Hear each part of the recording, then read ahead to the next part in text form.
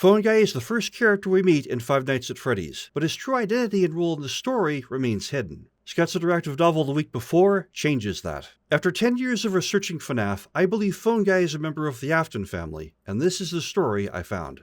I'm Blackfoot Ferret, and welcome to the Ferret Theory. In the week before, we play the role of Ralph. He's called the Phone Guy because he records training tapes for the regular supply of new night guards in a building similar to FNAF 1. It's Ralph's last week before retirement, so management decided to thank Ralph for his long years of loyal service by putting him on the night shift. Ralph wants to survive, and records a new set of tapes with updated advice for future guards based on his own terrible experiences, even though he knows few ever hear Night 3. Will Ralph live to take care of his daughter Coppelia, or will he record the Night 4 tape live? You decide. Most pages end in a choice, like the Choose Your Own Adventure books, and what you pick determines the next page. If you're worried about recognizing page numbers, Kindle has hyperlinks you can click without spoilers. As Ralph explores, you write down the items he finds, which unlock more options. He can also give inventory items to Coppelia, just in case. You can try to cheat the system and use an item you don't have, but the haunted book might detect this, so be careful. There's also a bonus item that becomes a New Game Plus reward, if you can find it. Like classic adventure games, it will take a lot of goofy, horrifying deaths to find the good endings. This video will heavily spoil all the things that might happen to Ralph, but I've hidden which decisions lead to each ending if you want to play the game book yourself. Now it's time for theorizing. What clues does the week before give us about the story of the games? The book seems mostly canon to the game's story, and makes a point of bringing up and expanding on several canon elements of the early games. For example, Ralph finds it odd that Foxy is the only robot without replacement parts. Ralph placed the out of order sign in front of Pirate Cove when the building was reopened years ago. Freddy, Bonnie, and Chica have multiple heads, but Foxy and Mangle are the only two Fox robots with classic endoskeletons. This suggests the Foxy from Go Go Go with their exposed metal legs is one of these two robots, not some random costume an employee wore to visit the kids in the secret room. Foxy, Ralph and Phone Guy's favorite robot, was designed to entertain kids. But now Foxy is doomed by management to listen to children's laughter from behind a curtain. Management doesn't want to repair or destroy Foxy. They want him to suffer. Ralph reflects on this and apologizes to Foxy for what his company did, even as the hook slashes down. It seems foolish for a business to shut down a star or torture a robot without feelings, but Foxy feels this torment keenly. The new management of Freddy's must have sidelined Foxy for personal reasons, to punish whatever soul or soul fragment resides in him. Ralph discovers a hidden vent behind the yellow lockers at the back of the office. You can clip through these same lockers in Help Wanted and find a hidden escape route. Help Wanted's hub room, the FNAF 1 dining hall, even has exit signs above both hallways leading to the office where no known exit exists. FNAF 1 is a reopening of a previous building where this exit was an open part of the design. The original architect of the building gave Foxy a vast special area behind the curtain full of pirate games and treasure. But after the reopening, the new management turned Foxy's world into a prison and blocked the night guard escape route without taking the exit signs down. Security Breach repeats this conflict over Foxy. The original Pizza Plex designer loved Foxy and made him the star of a Pirates of the Caribbean movie. The daycare center used to be part of Kids Cove, as artifacts in a poster in the elevator reveal. But the Foxy-hating new management that took over afterwards put the movie props in storage, banned the doors leading to the daycare, and drove Foxy out of the Pizza Plex entirely. Ralph's favorite robot is a polarizing figure in FNAF, and seeing who loves or hates Foxy can help us identify who's currently in control. The phone guy who talked to Mike Schmidt seems almost proud of Freddy's program, where a night guard disappears every 90 days, and had to know refusing to report a fatality in the workplace until all relevant evidence had been destroyed violated the law. The new management had to know blocking the emergency exit would increase staff fatalities, but pushed this redesign through anyway. A similar management priority shift also hit the Pizza Plex. Chica's kitchen used to have a dedicated staff cafeteria and shower complex to handle all the humans who used to work there. But when Gregory visits, the staff showers are a garbage-filled ruin, and the cafeteria looks like robots attacked a war zone. Memos talk of a mandatory staff meeting there just before midnight, so all the humans who worked at Chica's kitchen were there. The new management of the Pizza Plex never rebuilt these facilities because robot workers are the only ones left. Ralph sees a horde of bare metal cables hanging from the walls. If they're power cables, they're insanely dangerous, but some seem to manipulate the robot's charging stations like they were prehensile. FNAF 1 through 3 also has unexplained metal cables growing from the walls. They burrow through floors and ceilings like organic veins. 2 and FNAF 2's right vent even move, which is shocking because FNAF 2's vents aren't functional. They're just shortcuts for the robots. FNAF 3 has real vents that blow air through the entire building, but there's no room for a fan in FNAF 2's vents, and the audio feed only hears our desk fan in the distance. Yet these cables keep moving as if under their own power, even before any robots bump into them. The fun times in Molten Freddy are also made from animated metal cables like these. I wonder if they're related. Freddy's robots must have souls. They react emotionally to Ralph's actions. They throw a party for themselves that breaks a lot of Fazbear Entertainment property. A reporter investigating Freddy's calls Bonnie Jeremy. When Ralph sings Happy Birthday to classic Chica, they listen quietly until Ralph calls them Susie, which sends them into a sudden violent rage. Ralph wants to believe they're just programmed hunks of metal, but when they start using the camera system to find him, he has to accept they're more. Ralph even becomes a soul in a robot himself after getting lonely Freddied. My page-by-page research notes are on my wiki. The week before also shows us the robots have living parts. Ralph puts on Freddy's head to discover it's warm and moist inside, like a mouth, and he can taste a coppery fluid. Chica eats tons of organic food, which a metallic entity shouldn't be able to process. Ralph sees each robot as human teeth, pieces of the kids still trapped inside. Foxy even regenerates after his circuits fry, as Chica does in the Silver Eyes, which shouldn't be possible unless they're made out of self-healing living metal. But how can robots be alive? This is the central mechanic to FNAF, and a secret in FNAF 1's final recording. It's a garbled clip from Chapter 8 of The Autobiography of a Yogi, where Dr. Bose proposes his theory of living metal. That on a micro scale, metal can heal, grow, and die like living organic flesh. Other scientists in the real world never confirmed this theory, but in FNAF's universe it works. You can't tell where Springtrap's metal ends and his flesh begins because both types of material fused into a single being.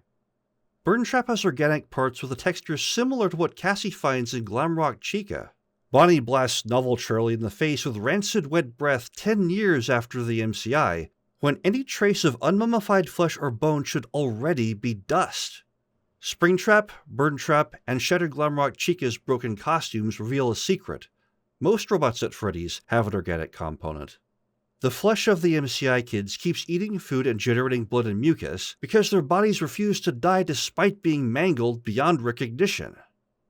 There's something supernatural about these kids. Ralph loves the robots, but never explains why. He's been Fazbear Entertainment's Employee of the Month 22 times, beating Dave the Maintenance Guy by 5. We can't deny Ralph's commitment to the company.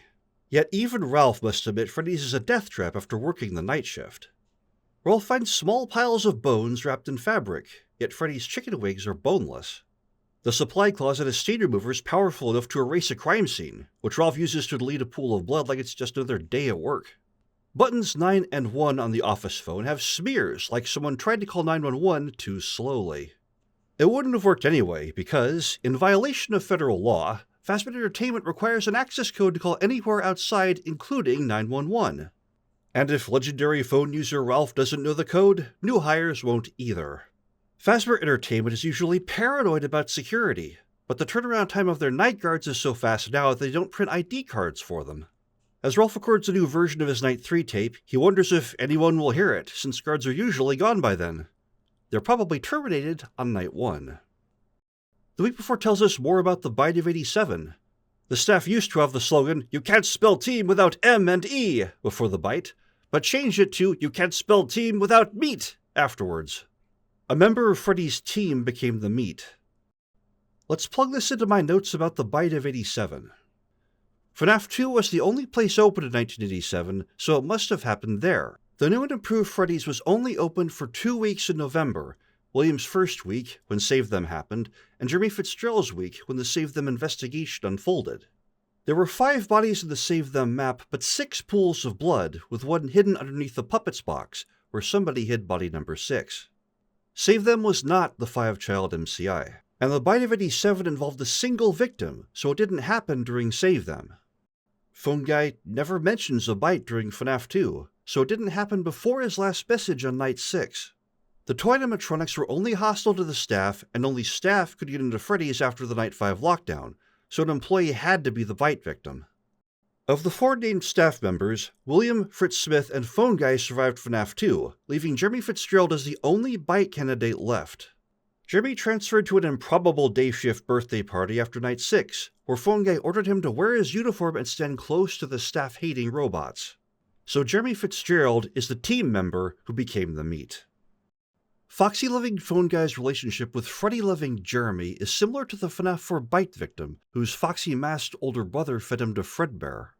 Foxy even talks with Phone Guy's voice in the survival logbook, as if a piece of Phone Guy's remnant was inside the pirate. If the new management of Freddy's didn't like Phone Guy, and a piece of Phone Guy was in Foxy, then abusing Foxy would make more sense. Phone Guy died horribly before FNAF 1, and the robots kill Ralph in several creatively brutal ways as if they have a score to settle with him. There are other characters. Ralph talks to Capelli each morning before school. William Afton reuses his fake name Dave from Charlie's Trilogy and the security breach staff. Dave has been Employee of the Month 17 times and knows Afton's esoteric technology.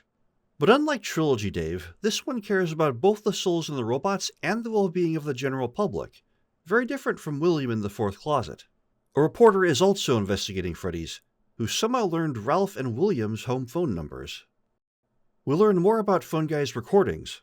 The week before says Ralph recorded his original set of tapes for this building 11 years ago when Capellia was a newborn. Now that he's on night shift and realizes how dangerous it is, he's re-recording each night with updated advice. Ralph remembers things were happier at the first opening 11 years ago, when Foxy was free and killing night guards wasn't a management priority. When management forced Ralph to personally place the out-of-order sign in front of Pirate Cove on the first day the building reopened, it added insult to injury.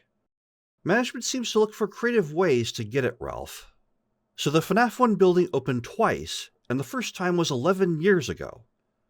This helps confirm a theory of mine, but I'll have to explain my timeline first. Let's start with the most solid date. Jeremy's FNAF 2 check says Night 6 is Friday the 13th, November 1987, a nod to the Jason horror movies. Jeremy makes minimum wage for 1987, which is what Henry's company pays its guards. Each night is actually a morning shift from midnight to 6 a.m., so guards get their checks on the same day. If Night 6 is Friday, Night 1 is Sunday, so that's when a Fazbear Entertainment week begins. These clues help us find the redacted year for FNAF 1. FNAF 1's Night 6 check is also November 13th, presumably a Friday. The minimum wage puts FNAF 1 near 1993, but 11/13 isn't a Friday that year. The closest years that work are 1992 and 1998. I use 1992 because it's the closest. In FNAF 1, Phone Guy tells us the robots sang the same songs for 20 years, so they were built 20 years before FNAF 1 in 1972. However, according to the Faz tokens, Henry's company built its first Freddy's in 1983. Even if we use 1998 for FNAF 1, that's still 5 years too early. Freddy existed before Fazbear Entertainment made their own Freddy's. Henry made Freddy and his friends in Charlie's novel trilogy, but is that still true in the game world?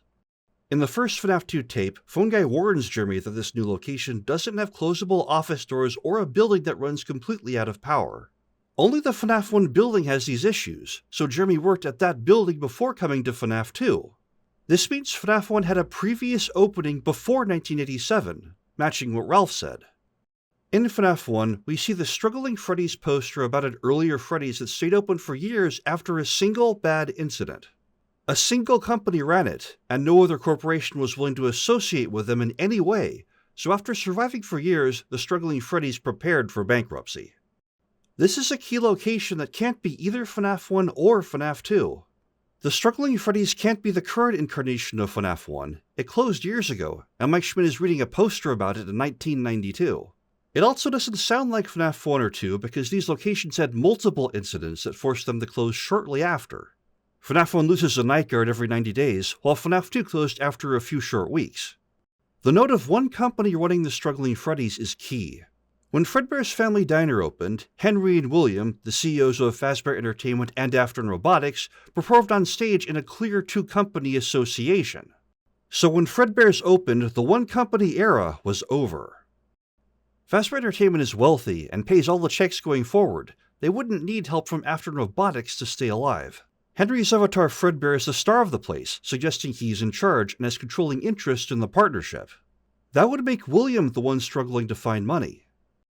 Now we need to know when Fredbear's was open. In 1987, Phone Guy could barely remember the name of Fredbear's Family Diner and said it had been closed for years. But Fredbear's had to be opened in 1983 when they launched the cartoon Fredbear and Friends. It takes at least a year to make an animated show, so Fredbear's had to be opened in 1982. This is just before Fazbear Entertainment built their first Freddy's, meaning Henry's, Freddy's, and Fredbear's are both open sister locations in 1983. Fredbear's was probably open before 1982, and the Struggling Freddy's existed years before its two-company association started. This puts the Struggling Freddy's about 20 years before FNAF 1, right where the original Freddy's should be. There's more evidence Henry didn't build the original Struggling Freddy's. The FNAF AR Faz facts say Fredbear's was the first location in the Freddy's franchise. A franchise is when someone buys the right to use someone else's intellectual property, like opening a new McDonald's or Chuck E. Cheese. So Henry's Fredbear's was the first place to buy the rights to the Freddy's characters from their original creator. Fredbear's can't be the original place because it has derivative characters. Fredbear is a physically perfect golden clone of Freddy, a character designed to be better than Freddy. Better than the original. Spring Bonnie is a golden variation of Bonnie with a modifier tacked on, otherwise they would just be Bonnie, and Classic Bonnie would be Blue Bonnie. Fredbear and Spring Bonnie are based on Freddy's characters, so Henry would need to buy the Freddy's rights from their original intellectual property holder. The Fast Facts also say William Afton made all the characters we know and love. So William was the owner of the original Struggling Freddy's. Henry returned to town just as Afton Robotics was preparing to go bankrupt and saved, quote-unquote, the company by associating with them when nobody else would. That also meant William had to agree to whatever changes Henry requested. In FNAF 2, Phone Guy brags to Jeremy that Fazbear Entertainment's new and improved Freddy's does things differently and better than the sad old place, like allowing daytime free roaming. A new Freddy's means an old Freddy's existed, and Phone Guy wouldn't insult the old management if they were paying his checks today. Pizzeria Simulator finally gives us the name of the original Struggling Freddy's, Freddy Fazbear's Pizza Place. It's the small, square location where Take Cake to the Children happened, and the Magenta Man attacked Henry's daughter, leaving what remained of her for the puppet. It's too small and humble to be a Fazbear Entertainment design, and doesn't match any other known location. There's also evidence a lot of time passed between Take Cake and the MCI. In Take Cake, we control a little kid wearing a Freddy suit and his favorite top hat. The top hat is giant on his head, covering both his ears, a gift from an adult that wasn't designed for a child. But in Give Gifts, Give Life, right after the missing children incident, the puppet puts a Freddy head of the same color on one of the MCI kids. But this time the hat is a human accessory dwarfed on the head of a massive bear.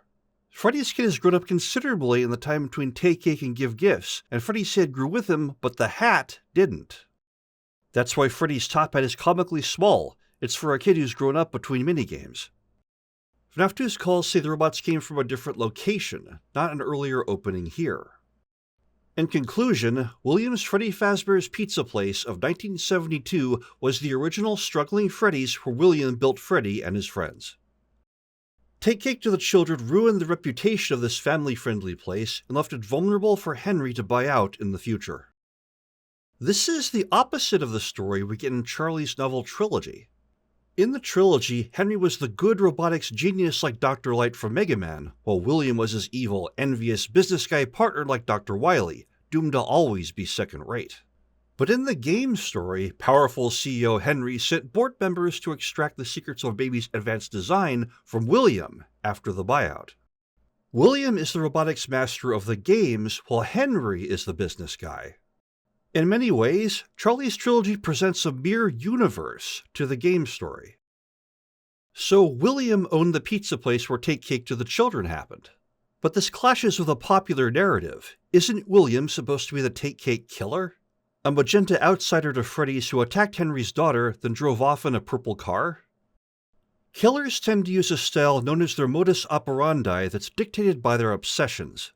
William lures victims into back rooms to quietly stuff them into robots, giving them the gift of robotic immortality whether they want it or not.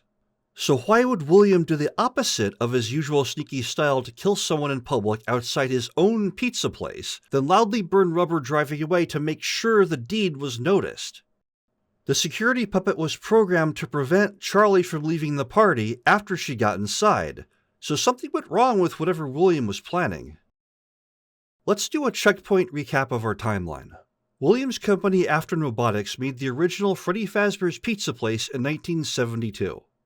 Take Cake to the Children sent Afton Robotics into a downward spiral, but it held out for several years before preparing for bankruptcy. Henry bailed out William, bought a franchise license for Freddy's IP, and wanted to learn the secrets of Baby's design, but for some reason William refused to share them. Henry and William made Fredbear's Family Diner before 1983 as a two-company collab, ending Afton Robotics' years of struggling alone. Fredbear's launched the cartoon Fredbear and Friends in 1983, but closed soon after. Phone Guy said the original owner, Henry, had disappeared and couldn't be reached anymore.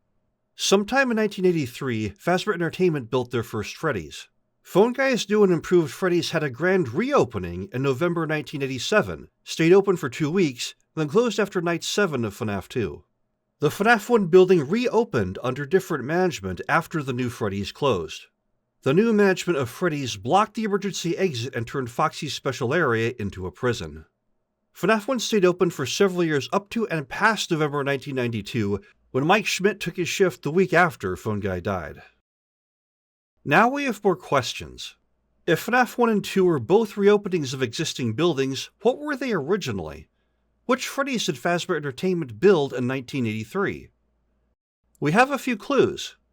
Fredbear's was opened in 1983, so it would be the sister location to Henry's first Freddy's. Phone Guy says the multiple simultaneous springlock failure incident happened at the single open sister location his new and improved Freddy's had at the time. The failure of the spring suits at the sister location next to Phone Guy prompted the new Freddy's to retire their classic suits, warning they shouldn't be activated or worn. Only a spring suit could do both, so it sounds like the classic suits at Freddy's were spring suits. This sister location next to Phone Guy sounds a lot like Fredbear's. Both the Silver Eyes and the week before called Fredbear a yellow Freddy Fazbear suit, a perfect copy of Freddy in every way except color. So if Fredbear is a spring suit, Freddy is too, and Phone Guy has a reason to be worried about the classic suits failing. Spring suits have detachable, wearable heads, just like the classic suit heads the puppet put on the MCI kids in Give Gifts, Give Life. And the Freddy head worn by Freddy's kid back in Take Cake that grew up with him. Ralph even puts on a Freddy head himself, like Jeremy and Fritz constantly do in FNAF 2. If Phone Guy's new Freddy's was open across from Fredbear's, the new Freddy's would also be Fazbear Entertainment's first Freddy's in 1983. FNAF 2 does call itself the grand reopening of a vintage pizzeria, so this location was open years earlier. Phone Guy also says Kids Cove used to be Pirates Cove, but the Save Them map from William's first week in 1987 shows Kids Cove is already in place. If Kids Cove was ever Pirates Cove at the FNAF 2 building, it had to be during its first opening. The MCI robots also show signs of age. They were stage-worthy when the puppet stuffed bodies into them. Bonnie had his face. Nobody noticed anything wrong until the blood and mucus started to leak. Well, if the kids saw withered Bonnie on stage, they'd run away screaming. The MCI robots became withered over the passage of years. So 1983 could be the first opening of Phone Guy's new Freddy's across from Fredbear's, and the MCI could have happened there. Let's plug in one of my theories to see what happens. What if the first tape from FNAF 2 was pre-recorded during its first opening in 1983? Phone Guy congratulated Jeremy at his summer job and warned him that the quirky new architecture of the new Freddy's had no doors to close. But it's November now, and this vintage pizzeria is old. FNAF 2 was only open for 2 consecutive weeks in November 1987 and closed after them. The second opening was never open in summer. Phone Guy confidently praises Fazbear Entertainment's changes to Freddy's format, such as allowing the robots to free roam during the day and the company's commitment to safety. But by 1987, Phone Guy should be aware of several bad incidents that happened at his place and the sister location, and shouldn't be this confident about the safety of the changes. Nothing in the Night 1 tape proves it's from 1987. Night 2 mentions the toys and withered robots who only existed as such in 1987. But the Night 1 tape only talks about generic robots and the puppet, who's already been around and was on hand to deal with the aftermath of the MCI. Phone Guy's mention of a summer job isn't a glitch. The two-child poster from FNAF 1 says a Freddy's was open on June 26, in the middle of summer. When Phone Guy made the Night 1 recording, it was also summer. Each kill event in FNAF tends to have a unique number of victims. The two victims of June 26 were not the single victim of Take Cake to the Children, which was the only bad incident at Freddy Fazbear's Pizza Place. So William's original Freddy's wasn't where June 26 happened. It had to be either the FNAF 1 or 2 building, since it was a Freddy's, not Fredbear's. The ending Phone Guy chooses for his calls helps us determine who they're intended for. All his pre-recorded messages found in FNAF 3 end with, "Remember to smile, you're the face of Freddy Fazbear's Pizza." Each of these messages was aimed at multiple people in the general staff, so they weren't targeted at any particular person. That means Jeremy's messages were recorded for him personally. Phone Guy makes a point of not telling Jeremy he's the face of Freddy Fazbear's Pizza, even though Jeremy literally wears Freddy's face. The calls on night 2 through 6 update the Save Them investigation in real time, until Phone Guy tells Jeremy he specifically sent him a memo and orders him to go to the day shift birthday party, requiring Fritz to come in on night 7 as Jeremy is no longer available. So even if the Night 1 tape was pre-recorded from the first opening of the new Freddy's, it was still aimed at Jeremy. Before Jeremy Fitzgerald arrived at the new Freddy's, he worked at a location with security doors and limited building power, prompting Phone Guy to warn him about the differences to what he's used to. The call also talks about what happened last week, as if they're current events, a tape that was recorded in real time when it was made. Perhaps the events Jeremy experienced back then are so similar to what he's experiencing now that Phone Guy lazily replayed the same tape.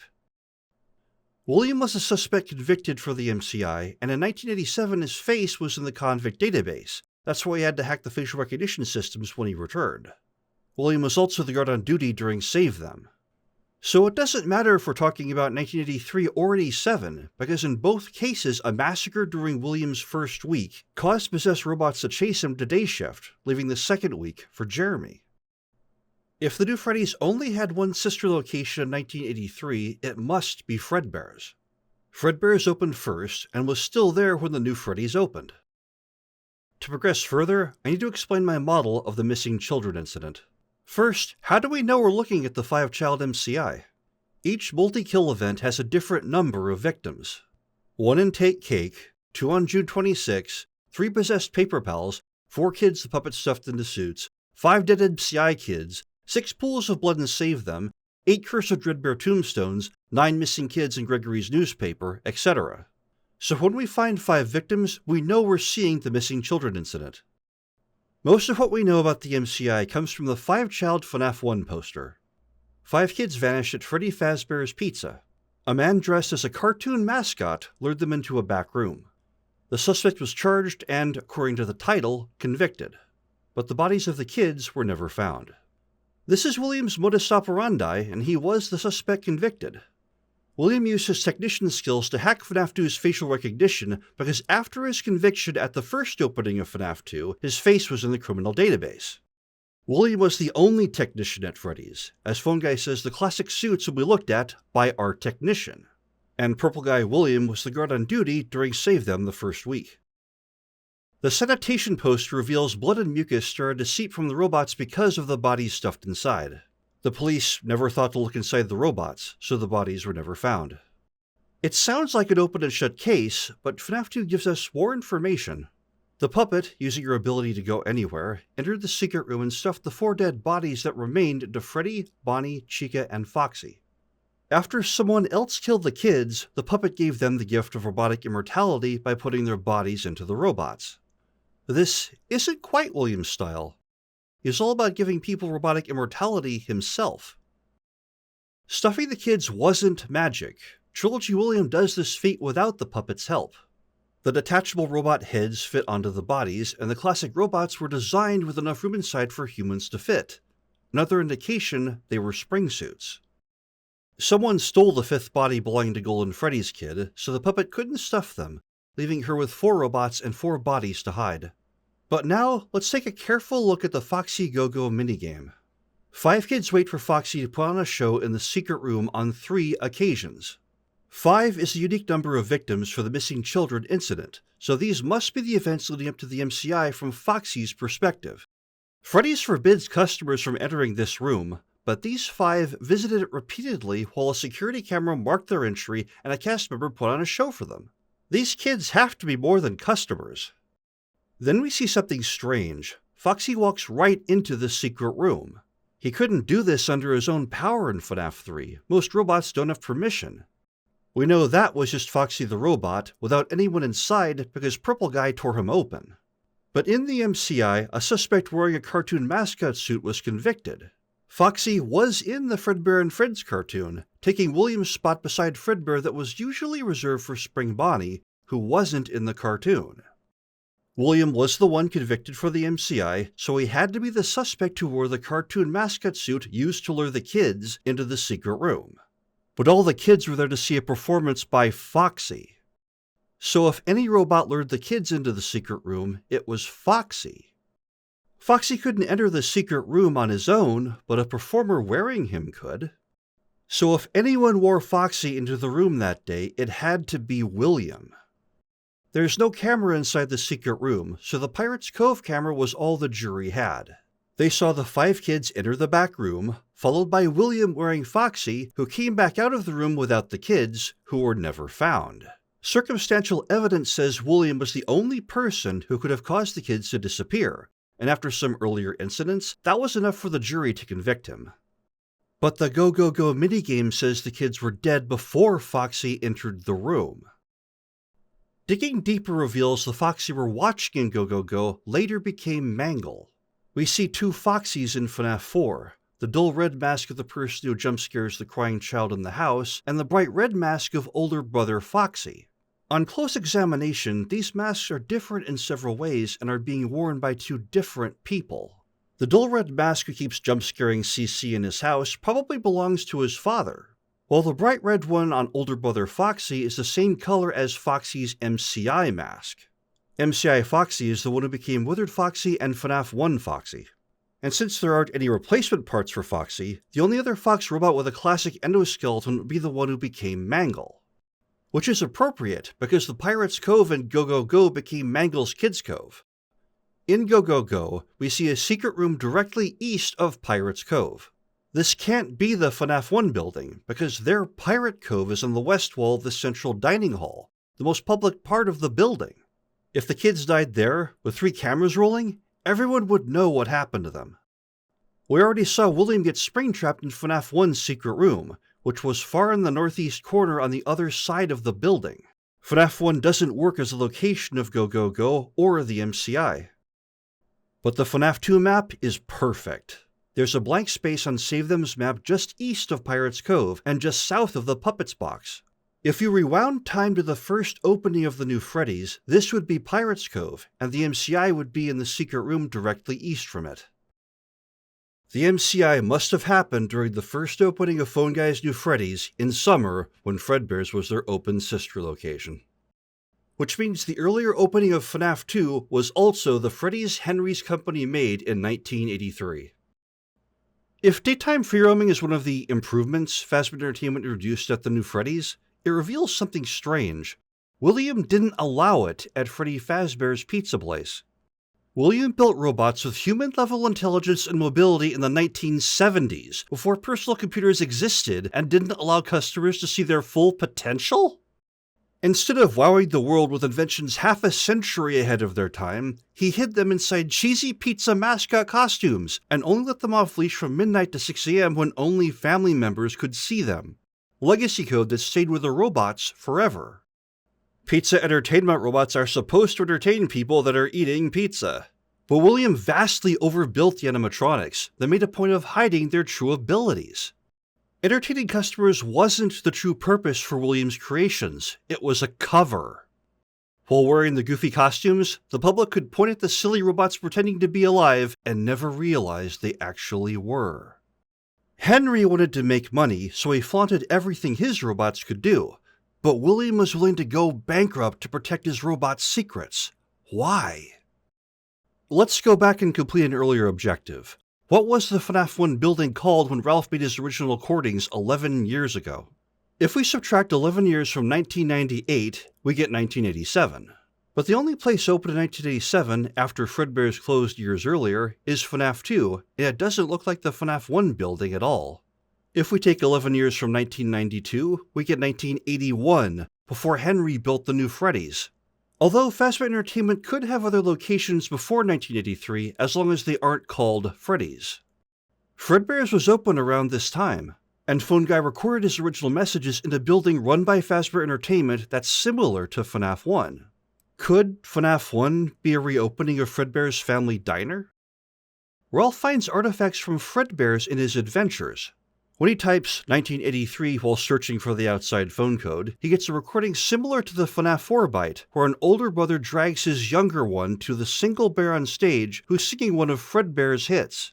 Ralph also finds a faded ticket from Fredbear's inside one of the rusty game machines sealed away inside Pirate Cove, which haven't been moved or accessed since the earlier opening.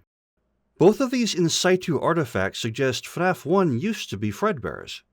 There's more. The FNAF 1 stage has 3 clouds on it, while Charlie's Trilogy says Fredbear's had an open dance floor. Both the 3 clouds and the dance floor without tables appear at Fredbear's in the Stage 1 minigame. And when Glitchtrap absorbs us in Help Wanted, we see a memory through his eyes when the FNAF 1 dining hall was also an open dance floor with Spring Bonnie on stage. In the past, FNAF 1 was Fredbear's. And if Jeremy Fitzgerald worked at Fredbear's before his summer shift in 1983, Phone Guy's warning about no doors and limited power makes sense, because Jeremy is used to the FNAF 1 layout. The evidence that Fredbear's became FNAF 1 is powerful, and I made a video about it called The 5 Openings of Fredbear's. But Ralph still called the place Freddy's in his recordings 11 years ago. There's a twist that might explain this discrepancy, but we'll need more context first. Let's update our timeline. William owned Freddy Fazbear's Pizza Place in 1972 and built Freddy and Friends. He gave them amazing abilities, but hid these from the public, forbidding his creations from free roaming except between midnight and 6 a.m. when no customers would see. William's Freddy's became the struggling Freddy's after the Magenta Man attacked Charlie in Take Cake to the Children. Afton Robotics ran it for several years after this single bad event, but no other company was willing to associate with them, so they prepared for bankruptcy. Henry's Fazbear Entertainment bought the rights to Freddy's and opened Fredbear's Family Diner in a 2-company association with William in the early 80s. Jeremy worked at Fredbear's before transferring to the new Freddy's, prompting Phone Guy to warn him about the different conditions from the pre-FNAF 1 building. The multiple simultaneous spring-lock failure incident hit Fredbear's, and Henry disappeared. The new Freddy's took their classic spring suits out of service in response and found quick replacements. The 2-child June 26 event and the 5-child MCI hit the new Freddy's. The puppet stuffed the 4 souls that remained after the MCI into 4 of the classic suits. The health issues from blood and mucus leaking from the stuffed MCI robots closed the new Freddy's shortly afterwards. Fredbear's followed.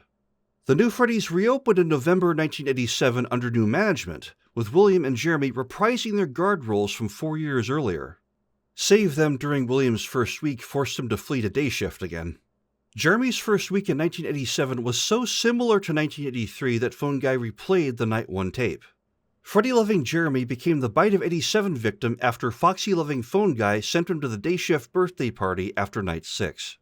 Fredbear's reopened as FNAF 1 after FNAF 2 closed. The new management of Freddy's changed Henry's design, blocking the emergency office exit and turning Foxy's special area into a prison. In the game world, Phone Guy dies the week before Mike Schmidt plays FNAF 1. Ralph records the calls, but the new management of Freddy's sends them out. And management dictates most of each message. They even send Ralph an edited version of one of his own calls to demonstrate they can change what he says without his cooperation. This also fits the games because Phone Guy, quote-unquote, made a tape about sealing the secret rooms after William got Springtrapped, years after he was supposed to be dead. The Follow Me cutscenes in FNAF 3 happen in a remodeled version of FNAF 1, where the central dining hall is cut into 6 smaller rooms. The lighting ranges from bright to dark between these rooms, so the light-blocking walls are real. Freddy and Bonnie also have buttons they didn't have in the first game. This isn't the second opening of Fredbear's, but a third in the future. This is where William got Springtrapped and then sealed in the secret room years after FNAF 1. The real phone guy died years before this message, so management imitated phone guy's voice like a deepfake. Ralph loves Foxy, just like Henry did when he made Foxy a special area at Fredbear's. But the new management of Freddy's, who replaced Henry under mysterious circumstances, hates Foxy, wrecked Henry's restaurant design, and doesn't care about Ralph either. Mike Schmidt was never ordered to leave the office to do maintenance at night. And in some endings to the book, the robots don't just stuff Ralph, but tear him apart Mortal Kombat style, making his treatment seem personal too. So, who is the new management who took over after Henry vanished? It's not William, since the new management celebrated his springtrapping and sealed him away for 3 decades, so we can't blame William for the company's actions during that time either. We get a clue on night 4, because the last thing Phone Guy sees, which frightens him even more than stuffing, is Yellow Bear, whose unique roar ends the call. This is the part where the player realizes the person they thought they'd been talking to all game was dead before FNAF 1 even began, and an impersonator is sending these messages.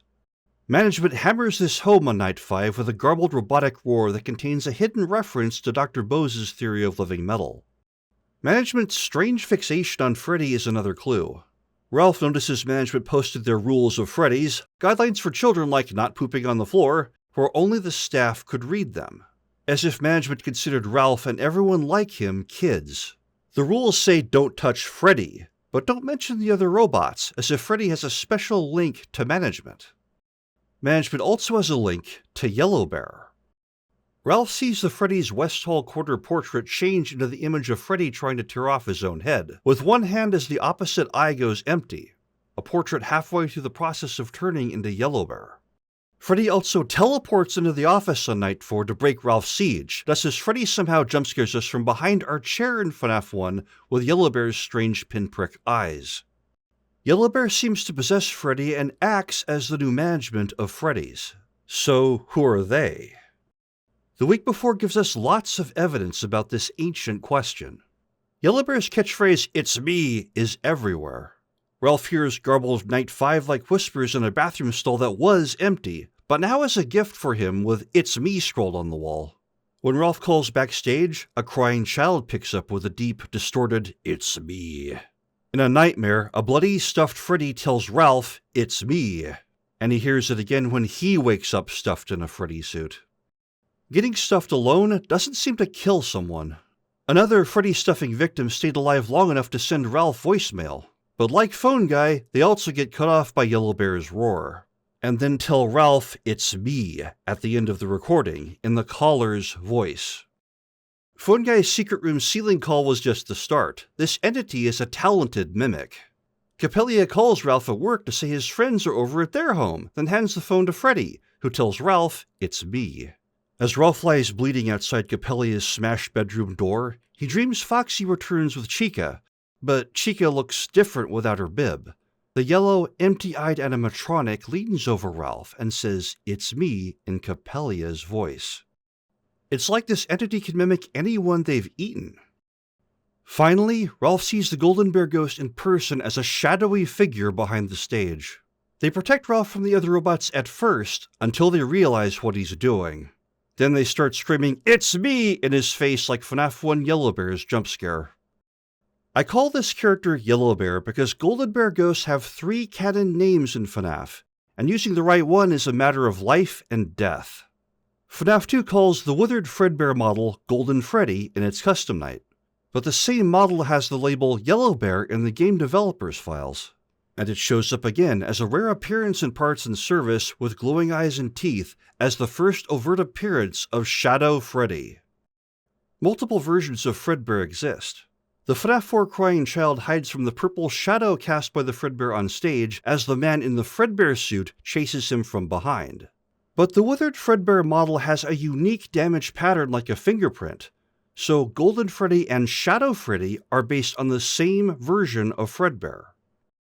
Identifying Shadow Freddy is a lot harder than it seems.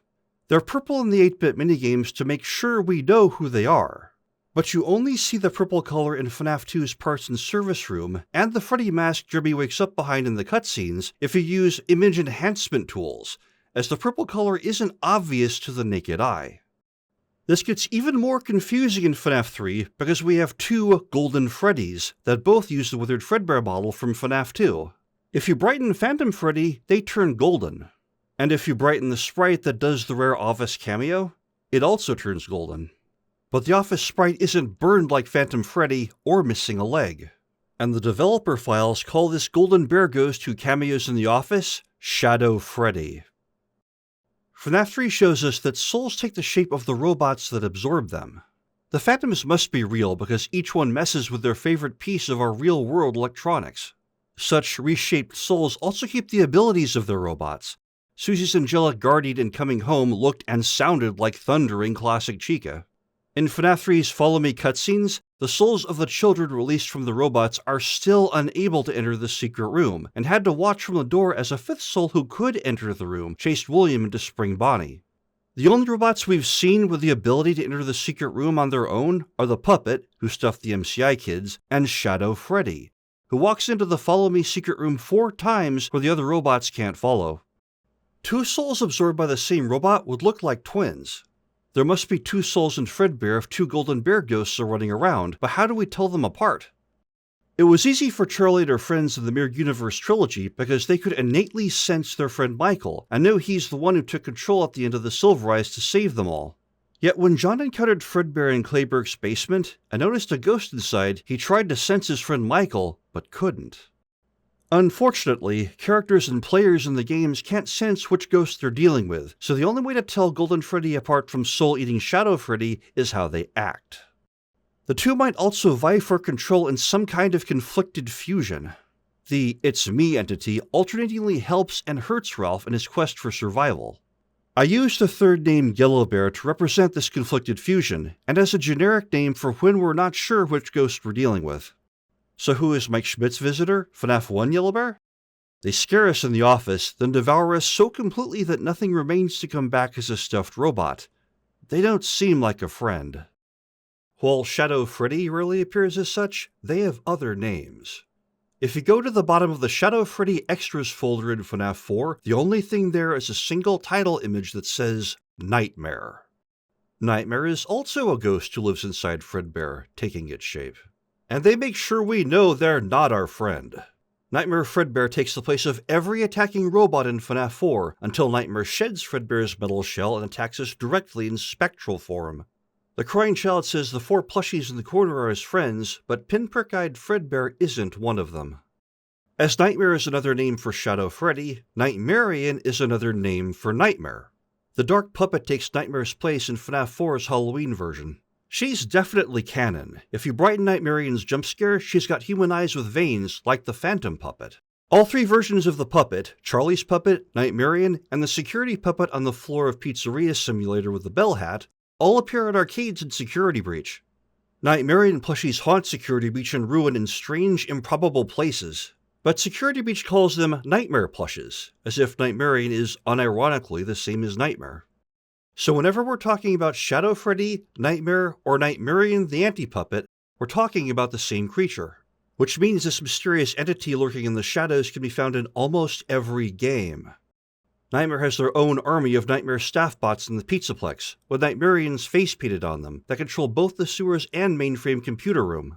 Nightmarian's black and white striped tentacles also infest many arcades and secret areas of Security Breach, suggesting they might be part of the Pizza Plex management as well.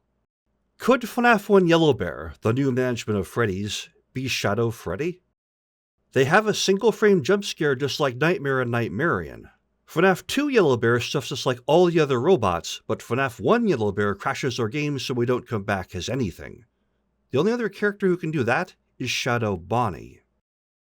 There is a second way to tell Golden Freddy and Shadow Freddy apart: their voice. The real Golden Freddy is a boy. There are Michael Brooks in the trilogy and the Crying Child in FNAF 4. They're the 5th kid among the FNAF 4 bullies who didn't get a robot/mask of their own because he was eaten by Fredbear, who already belonged to someone else who cast a purple shadow on the wall. But when FNAF 1 Yellow Bear's poster appears, telegraphing their office attack, we hear the sound of a girl giggling, confirmed by the audio files. The girl's giggling, slowed down, also makes all of Freddy's booming laughter in Game 1. This little girl possesses Freddy. And if they aren't a boy like the real Golden Freddy, they must be the other Golden Bear ghost. Shadow Freddy is a girl, which is why Freddy keeps using the girls' bathroom. They're also a dark version of the puppet. Shadow Freddy shares the puppet's rare ability to go anywhere they please, including the secret rooms the other robots can't enter under their own power. If she wanted, she could teleport in and out of the secret room without being seen and give Golden Freddy's kid a quick bite. Somehow, Shadow Freddy's kid got some of her Remnant into the real Freddy. They seem really good at Remnant manipulation in general. When Ralph has a staring contest with possessed Freddy in the East Quarter camera, he ends up getting lonely Freddied and becoming yet another soul trapped in a robot. During the hours-long battle, Shadow Freddy uses a lot of tricks. Ralph feels she'll teleport into the office if he looks away even for an instant, even as she starts blinking about the room in preparation. She starts teleporting other objects, changing the wall posters, and even warps in child drawings from the West Hall. People wondered if Freddy performed the Bite of 87 because he's got handprints on his face. But these hands, desperately fighting off a biting mouth, also appear on Yellow Bear. Do these prints belong to Freddy, or are they something he gained along with Shadow Freddy's Shadow Remnant? Jeremy, the bite victim, dreams of being the endoskeleton inside Freddy, trapped behind a mask that turns purple when you brighten it. Jeremy is trapped inside Shadow Freddy after she bit him. Shadow Freddy loves making Jeremy and Ralph miserable. The two souls, or parts of souls in Freddy, are in conflict. Freddy has blue human eyes in his goofy out-of-power jump scare, but Yellow Bear's pinpricks when they teleport behind our chair. When Yellow Bear starts to take over, the original Freddy tries to tear off his own head. The original Freddy is glad when we repair his music box and help wanted. But in the hard mode repair section, Shadow Freddy grins at us the entire time and makes us drop the music box once in this otherwise gravity-free room.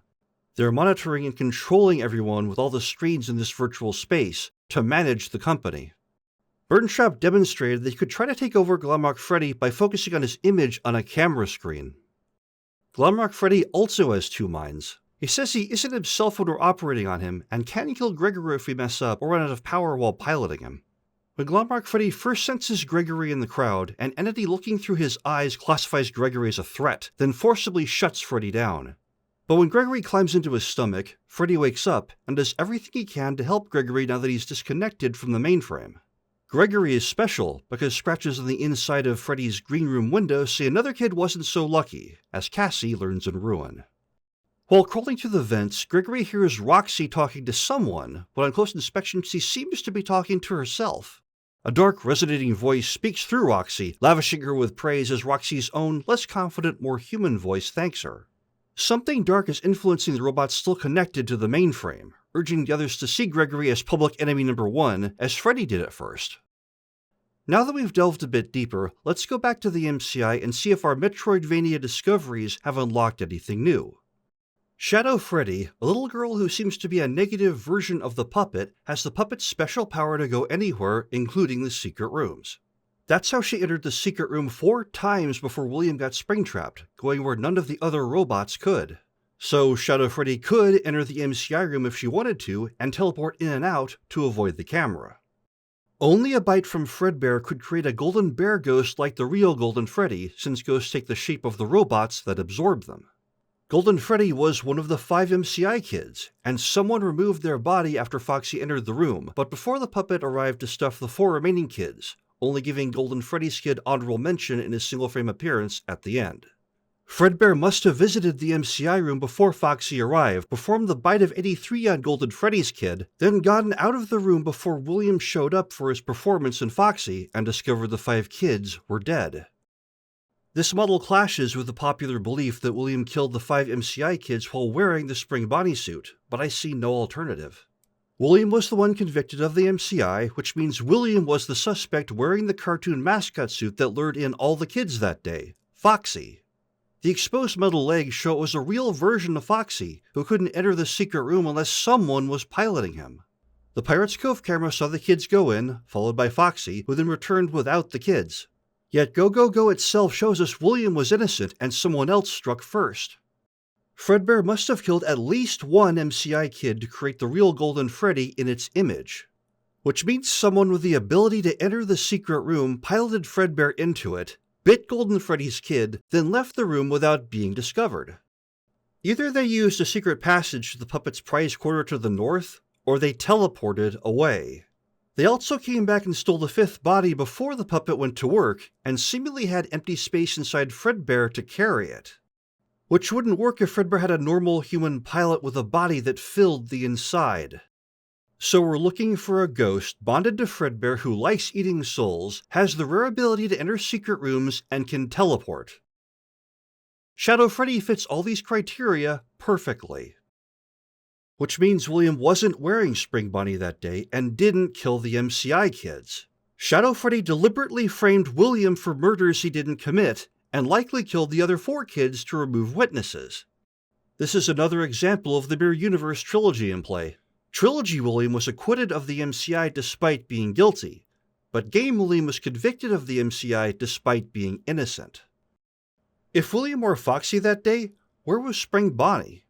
No kid got stuffed into Spring Bonnie during the MCI, and if Bonnie bit anyone, we'd be calling the ghost Golden Bonnie instead of Golden Freddy, because that's what they look like. Occam's Razor says the simplest explanation that resolves everything is most likely true, and Fredbear could have easily killed the other 4 kids after the bite. Spring Bonnie doesn't need to be here, and we have no evidence that they were. But there's another event where Spring Bonnie definitely played a part.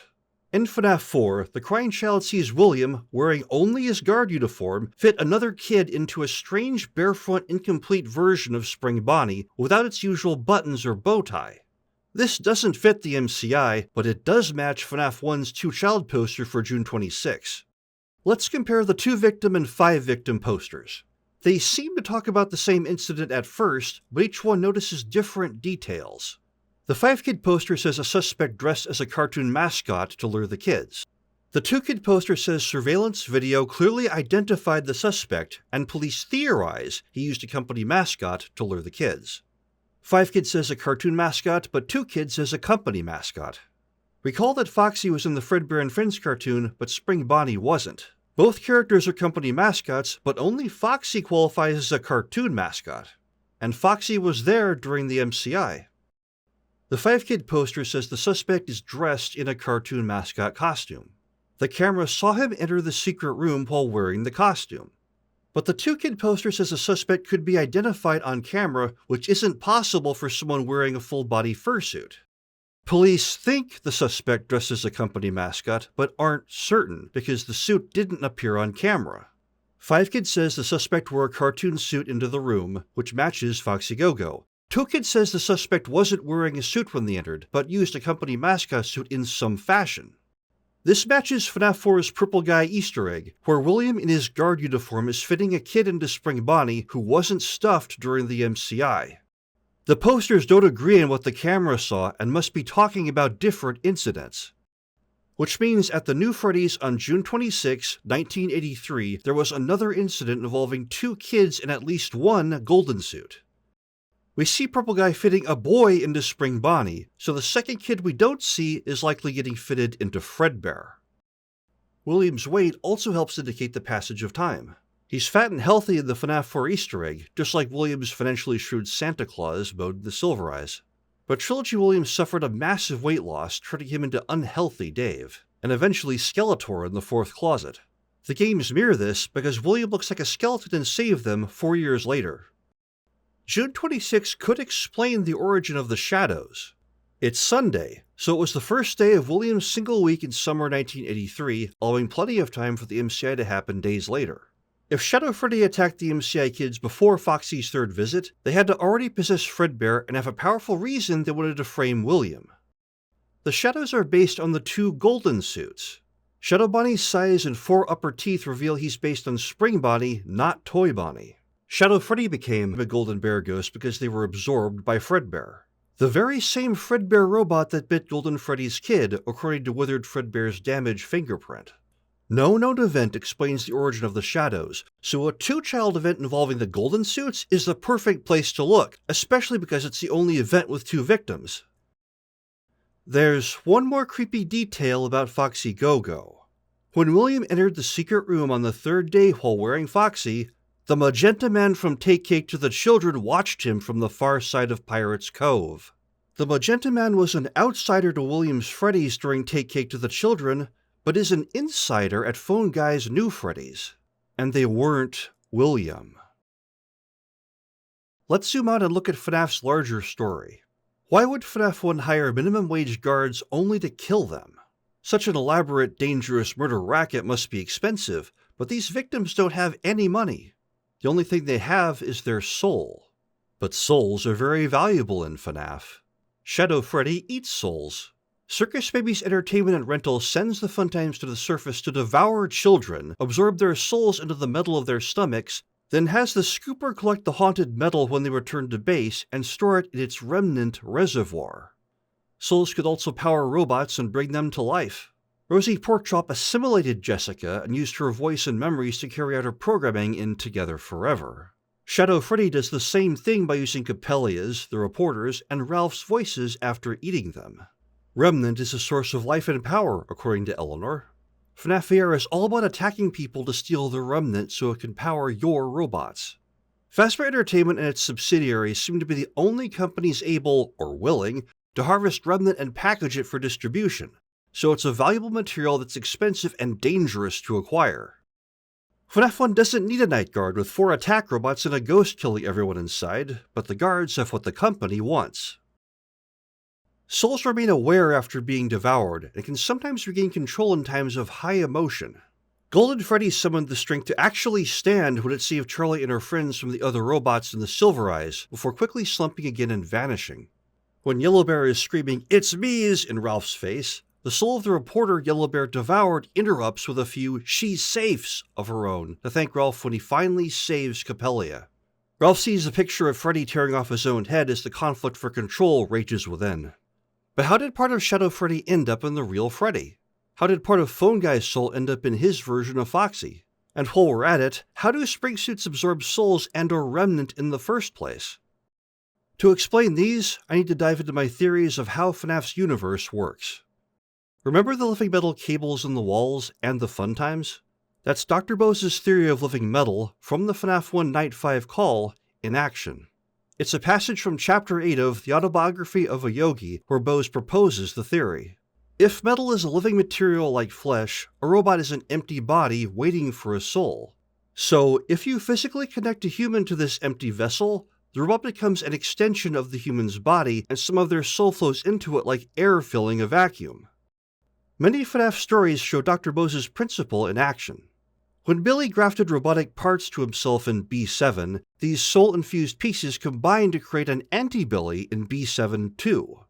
When Julius got trapped in his own slave exoskeleton in the breaking wheel, he couldn't control it, until he got mashed up inside it and it became part of his body. When Sylvia got her son Freddy Fazbear's head as a birthday present in You're the Band, a ghostly presence inside possessed Timmy, who had to wear the head again to return it. These accidental uses of the theory of living metal are case studies that prove it works. So what if you weaponized this principle and made robots people could wear and connect to? The soul/memories/remnant of the pilot would infuse the robot as an extension of themselves. And after the pilot left the robot, that remnant would stay behind, bringing the robot to life. It would essentially create a Horcrux copy of that person, granting that piece of them robotic immortality. This is the true purpose of William Afton's mad science spring suits. He could have made solid-state exoskeletons people could wear without the risk of being crushed, but he wanted to put human souls in robots, so he made the spring locks that pry open each robot very tight and sharp to make sure they formed a connection. The spring locks are the bridge that merge humans and robots into one being. Their risk of death is offset by the chance at immortality the suits provide. To William, granting someone robotic immortality is a gift. A gift he wanted to give every member of his family, including himself and Henry, so the Afton family might stay together entertaining children forever. Isn't little blood and the death of your original human form worth such a reward? The general public might see the spring suits as needlessly dangerous torture devices, but they don't understand the joy that follows as kids experience their happiest day. As long as a person remains alive, they can regularly connect to their spring suit animatronic to update the copy of themselves within. So Afton family members regularly put on their spring suits and perform in them. Jeremy Fitzgerald wore Freddy every day and started to dream about being the Endo inside Freddy. Foxy uses Phone Guy's voice and knowledge in the survival logbook because Phone Guy is Foxy's kid, who regularly wore Foxy until it became a second version of himself. William's Foxy became Mangle, with a supernatural power to reassemble itself, and has eyes the color of William's royal purple in Mangle's quest. William shut down every robot and saved them except the puppet and Mangle, because he trusted both of them, and Mangle was literally a version of himself. This is the true secret of Baby's design that William didn't want Fazbear Entertainment to learn. Elizabeth told us that Game William built Baby just for her. The other Funtimes already had the souls of family members inside them, who loudly objected to how Circus Baby's Entertainment and Rental was using them when Michael visited the sister location bunker. Baby was supposed to be Elizabeth's second self in the same way. William could have been rich if he revealed everything his robots could do. But Game William valued protecting his family and their immortal secret above acquiring wealth and fame, and knew every company and government would try to grab the robots once they knew their true potential. So William limited his creations to free roaming from midnight to 6 a.m. when customers wouldn't see them walking and talking like real people, like the animatronics do in the house and Help Wanted. William hid his amazing living metal creations in plain sight under cheesy pizza mascot costumes, hoping the world would dismiss them as clumsy automatons pretending to be alive.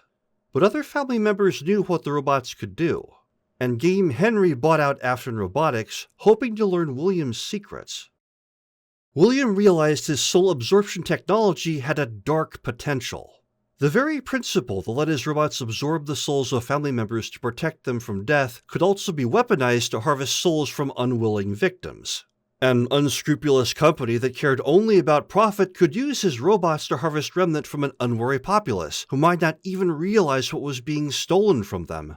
William didn't want his beloved creations that already contained the souls of his family members to become killers, so he refused to answer questions from Henry's board members about the true purpose of Baby's advanced design.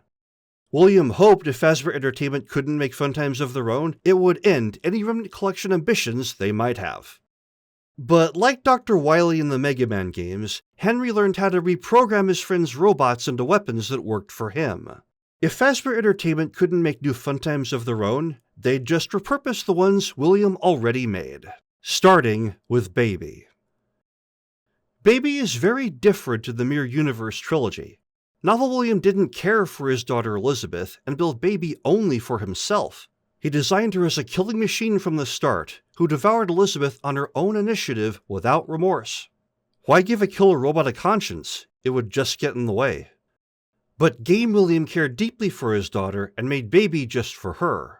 And on the day Circus Baby's Pizza World opened, William learned something terrible. Someone had altered Baby's design. William said Baby had a built-in helium tank for inflating balloons right at her fingertips. The tank was real because the hose that used to connect to it is still in Baby's arm on her blueprints. But the tank isn't there anymore. This is not the Baby William designed. William couldn't do anything about the change that day because Fazbear Entertainment had just saved him from bankruptcy and Henry was in control. So William warned Elizabeth to avoid Baby, even though every other kid loved visiting her. Elizabeth didn't understand and went to see Baby anyway. Game Baby tearfully remembers that horrible day. Some foreign programming forced her to constantly count the kids in the room, and when only one remained, she was suddenly no longer herself. Fully aware, Baby could only watch in horror as her body noticed there was only one kid in the room, created ice cream to lure them in, then devoured them. The one kid who just happened to be Elizabeth. Baby still has nightmares about that day, and is glad the screaming only lasted a moment, but she wonders why it happened.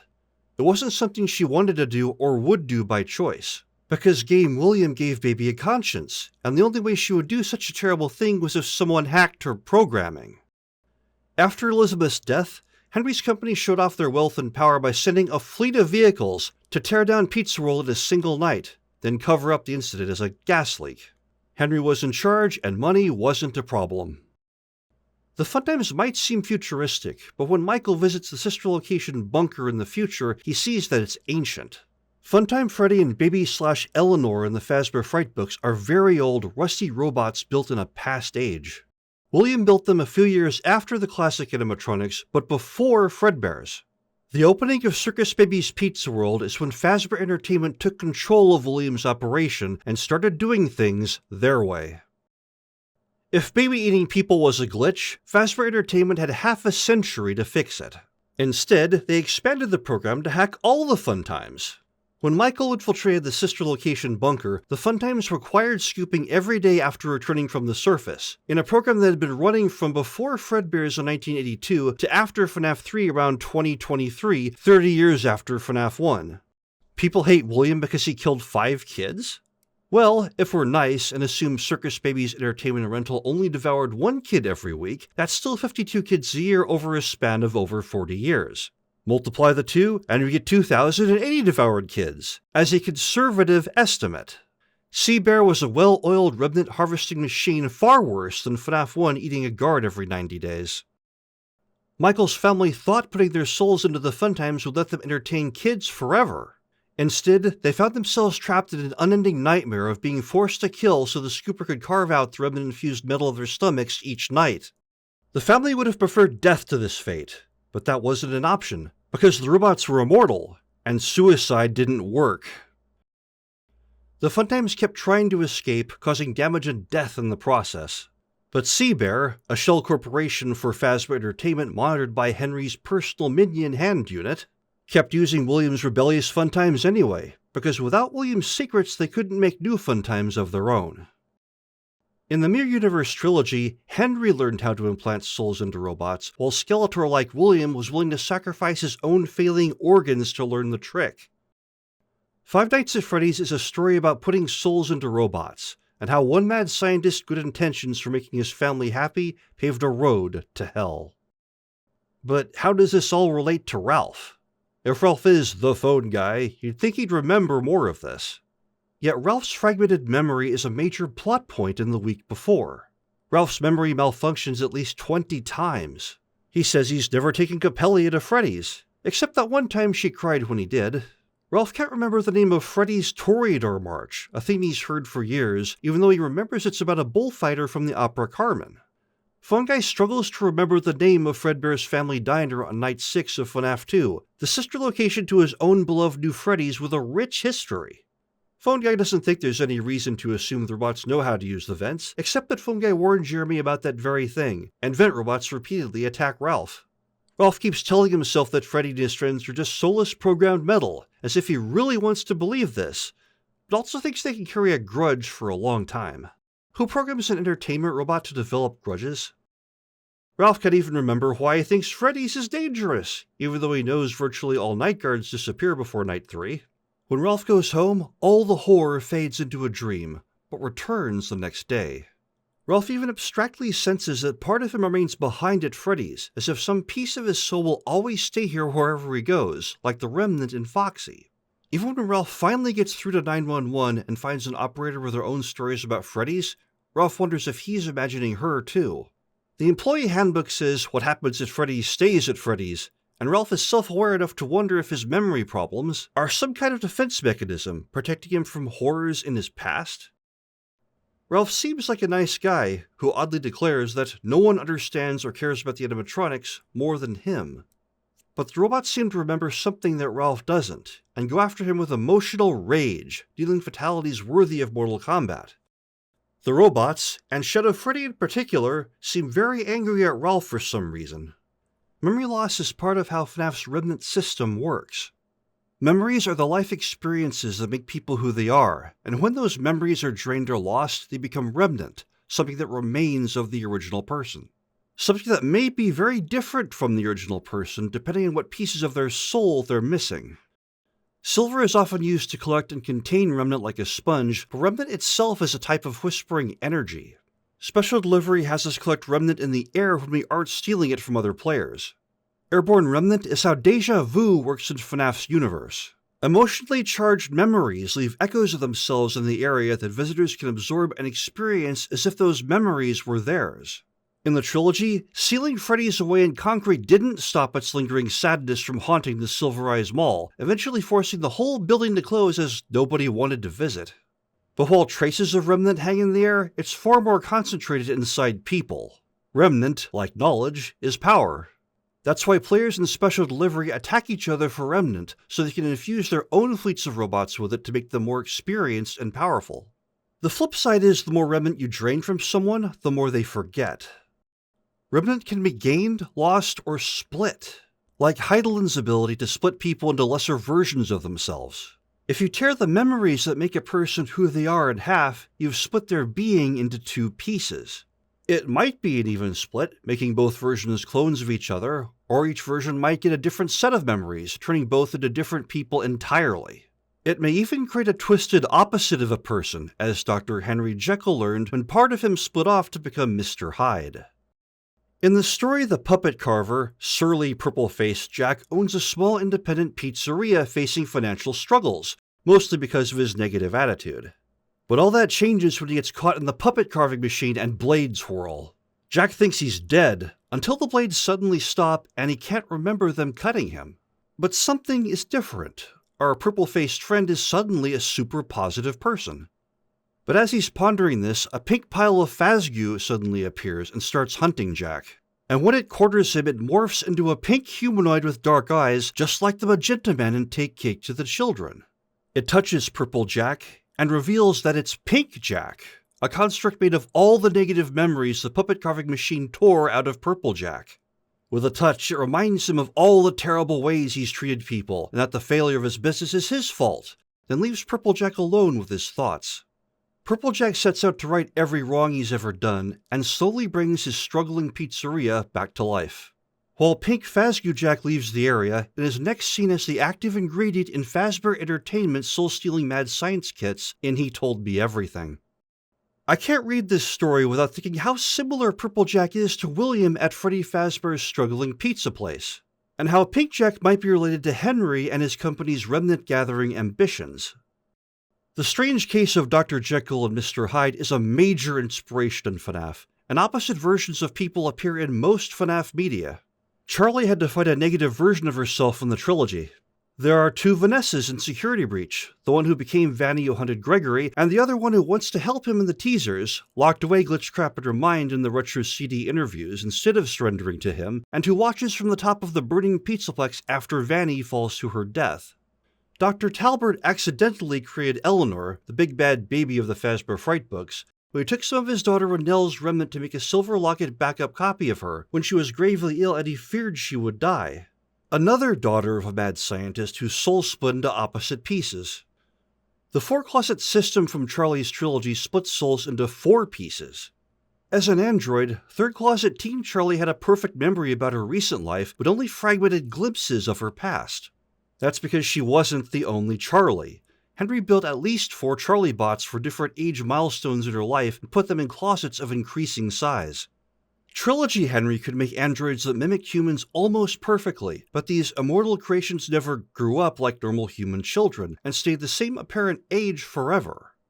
To make his little robot girl grow and truly blend into human society, Henry had to create older bodies for her, then transfer her remnant, the memories and life experiences that make people who they are, to the next larger shell in the series when it was time for a sudden growth spurt. First closet toddler Charlie aged up into second closet adolescent Charlie, then our heroine third closet teen Charlie, before finally becoming fourth closet adult baby. At least that was the plan. When Henry made the silver-eyed endo that later became Baby, it became twisted by his anger, so Henry tried to lock it away and stop with teen Charlie. But he'd already put some of Charlie's remnant into the silver-eyed endo. First closet Charlie, the doll later renamed Ella, watched her father show her the animatronic skeletons in his driveway. Teen Charlie and Baby both remember this, because their split remnant originally came from Ella. But only fourth closet Baby remembers being a doll torso on a tripod during this scene, and shared the full memory with Charlie to her horror. Remnant transfer isn't a perfect process. The Scooper blueprint shows that some of it always sticks to the cutting edge of the device. The Night 4 voice in Sister Location compares scooping someone to using the scoop on a tub of ice cream. There's always some traces in the corner of the tub the round scooper can't get. So some remnant always remains in the outgrown closet forms, keeping them alive, a bit like memories of who the kid used to be. So it's quite possible for several versions of the same person to be active at once. Teen Charlie is a piece of the remnant that used to reside in Ella. Some of her past memories reside in Ella and the strangely missing second closet Charlie, but most were put into the silver-eyed endo that became Baby. So teen Charlie only has ghostly fragmented memories of what happened at Fredbear's. Henry tried to cover up the past by filling her head with bright, colorful false tales of a perfect Norman Rockwell home, but Charlie somehow knew these weren't the truth. 4 versions of the same kid running around would draw attention and risk the family secret. But destroying the still-living younger Remnant-drained forms would be cruel. So after a child upgrades to a larger form, the family gives their outgrown earlier forms new names and disguises. For example, when Charlie outgrew her first closet form, Henry transferred most of her Remnant to the second closet android who became the new Charlie, then deactivated the illusion chip on first closet Charlie so she became Ella the doll from then on. The horde of balloon kids that seemed real while the illusion field was up in the Twisted Ones are likely the outgrown first closet forms of other children. Disguising second and third closet forms is harder, because they have functional Terminator-style synthetic flesh and will still look like kids after the Remnant transfer. In this case, the family gave the retired androids makeovers as well as new names, so they could start new lives as new children. For example, Susie looks eerily like the girl in the FNAF 4 park with the toys, except for her shockingly blonde hair, which would be simple to change. As a soul fragment of another child, Susie would have a subset of that girl's memories, so she's both a new person and an old version of the first child at once. Only Star Trek philosophers could tell you which identity should come first. So when we encounter a person with severe unexplained memory loss, like Ralph, they could be an outgrown closet version of someone else. Balloon kids haunt the games as well as the novels, suggesting Charlie wasn't the only one to grow up with the 4-closet system. Scott dedicated an entire trilogy of novels to the mystery of the 4-closet system, and understanding it is essential to understanding FNAF. Scott said the novels and games are both canon, even if the worlds don't fit together neatly like puzzle pieces. If the games and novel trilogy are mirror universes of each other, they'd maintain a canonical link, allowing you to learn about one world by comparing it to the other, even while telling different stories. The FNAF games tell their story in a minimalist style where there isn't time to elaborate on detailed systems like this, so we learn about the 4-closet system in the trilogy, then import it back into the games. JJ in FNAF 2 has the same magenta cheeks as Ella, for example. We need to look for androids in the games. People with beyond human abilities. Take the drawing of 3 kids tearing apart Mangle in FNAF 2.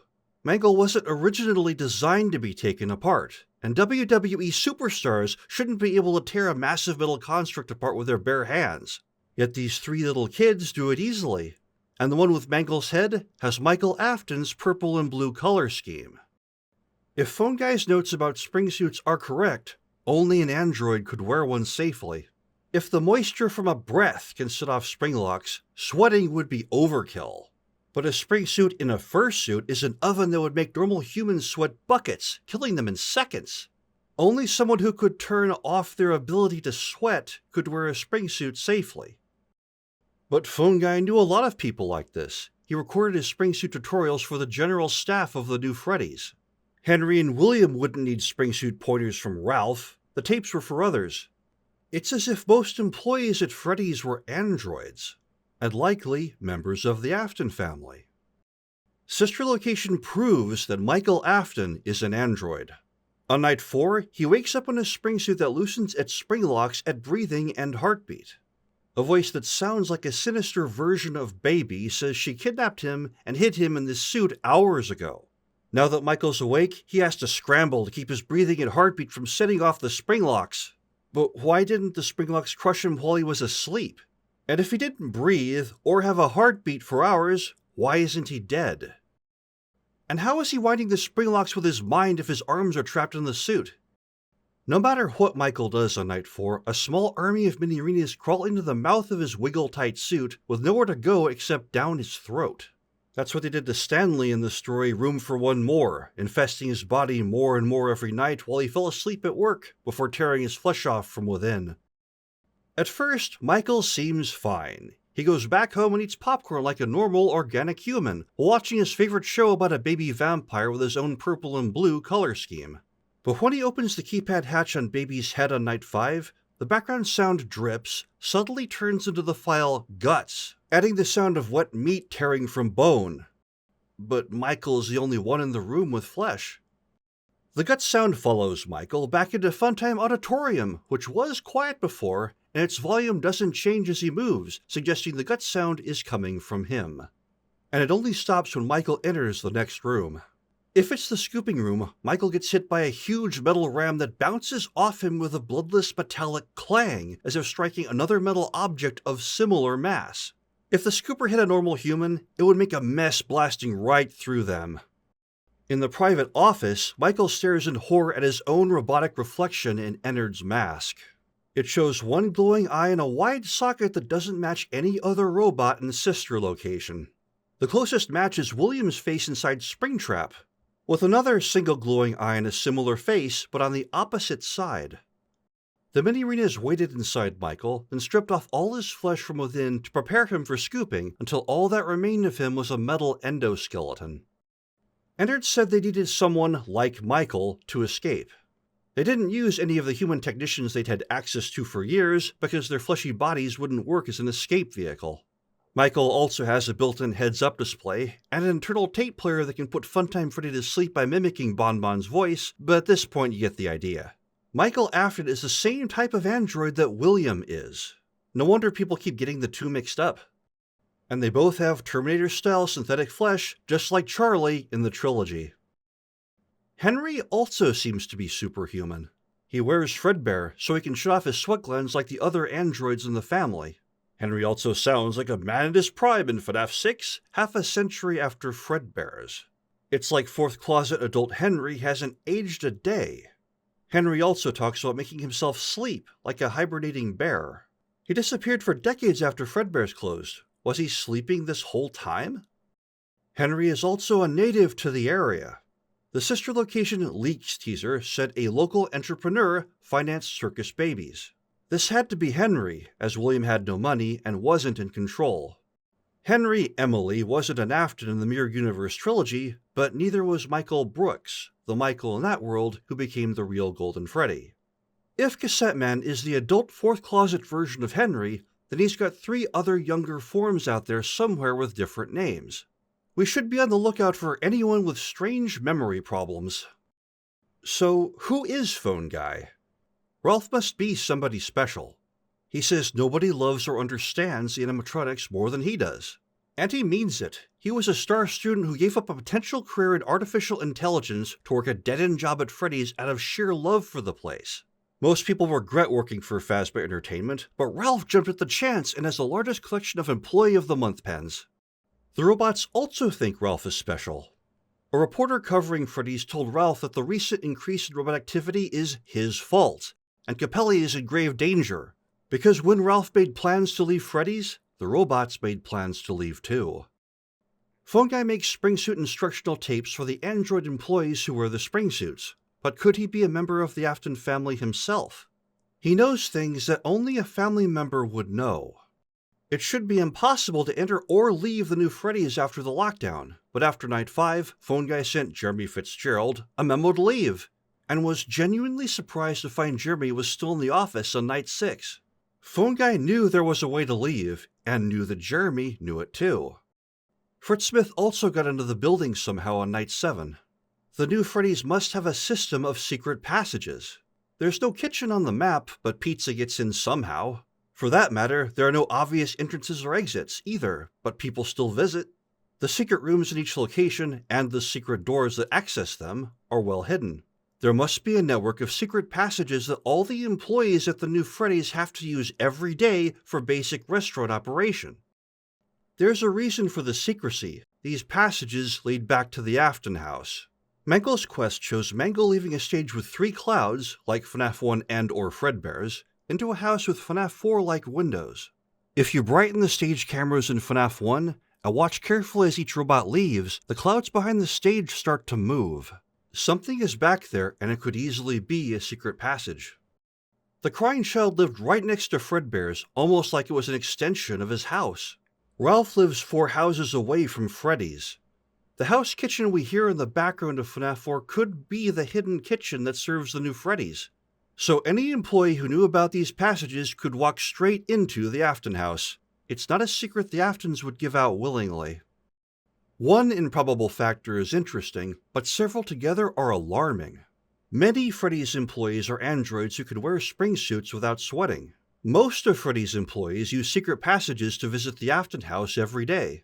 Any employees who weren't members of the family would tell the police about all these weird secrets during a multiple child murder investigation. But somehow the police never learned about them. It only takes one person to ruin a secret, but this didn't happen. This would only happen if all the employees at Phone Guy's New Freddy's were Aftons, including Freddy-loving Jeremy and Foxy-loving Phone Guy himself. We covered that Jeremy Fitzgerald, not Bonnie's Jeremy, was the victim of the bite of 87. Now we know that Jeremy is a member of the Afton family, so Fitzgerald must be a fake name. What's the bite victim's real name then? The survival logbook has clues. The logbook has drawings from Sister Location and FNAF 3's office when it was new, so the logbook is from the future. But it mirrors the cast of FNAF 2 closely. Foxy, speaking with Phone Guy's voice, published the logbook as head of security and gave his avatar several glorious full-page spreads, even though Foxy isn't in the Freddy's logo. Management leaves several yellow post-it notes, directly contradicting Phone Guy by telling us to forget his spring suit quiz. Management tells us someone owned the logbook before we did, and hopes we don't mind, but really doesn't care if we mind or not.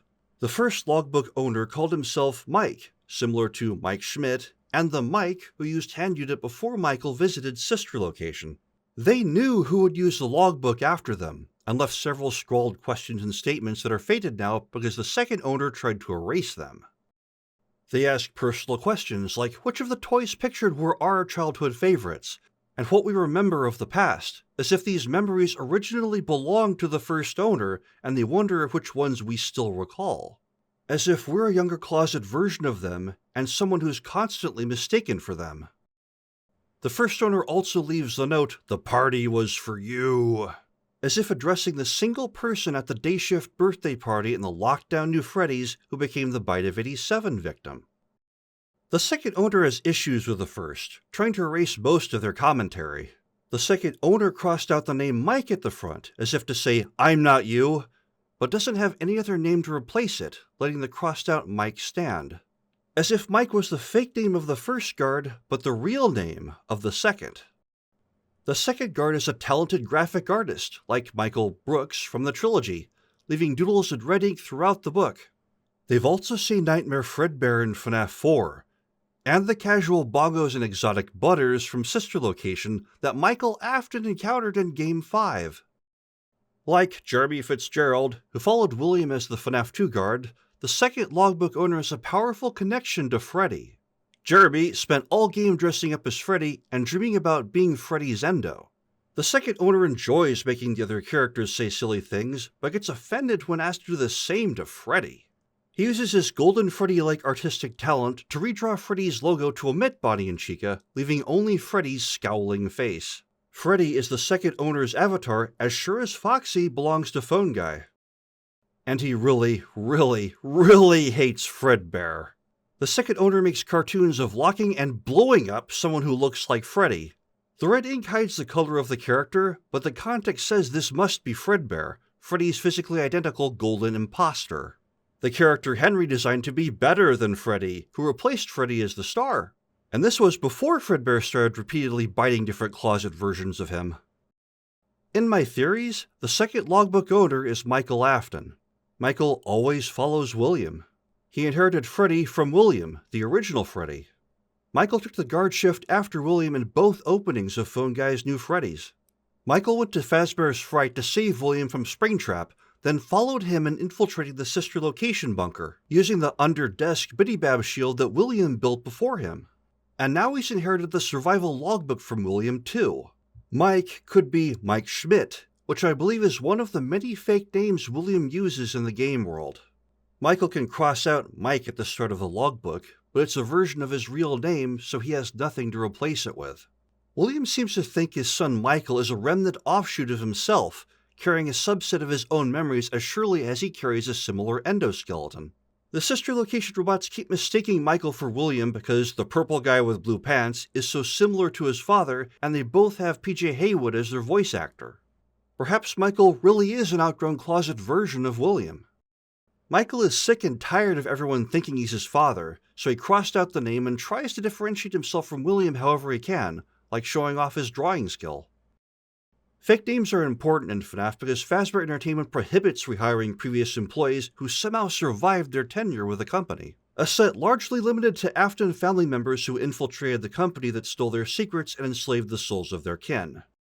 Henry's company has heavy security for a reason, but as an impersonal, incompetent, evil corporation, they're easily fooled by a flimsy disguise and a fake name.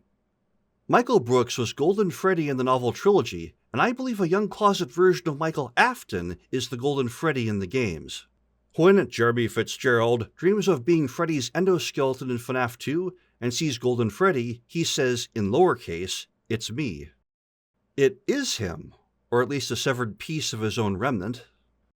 Through the magic of the four-closet system, Fredbear bit Michael multiple times, as the 5th MCI kid who became the real Golden Freddy, as the Bite of 87 victim 4 years later, and, according to the week before, at a taped incident at Fredbear's in 1983, when an older brother dragged their younger brother up to a bear singing one of Fredbear's hits.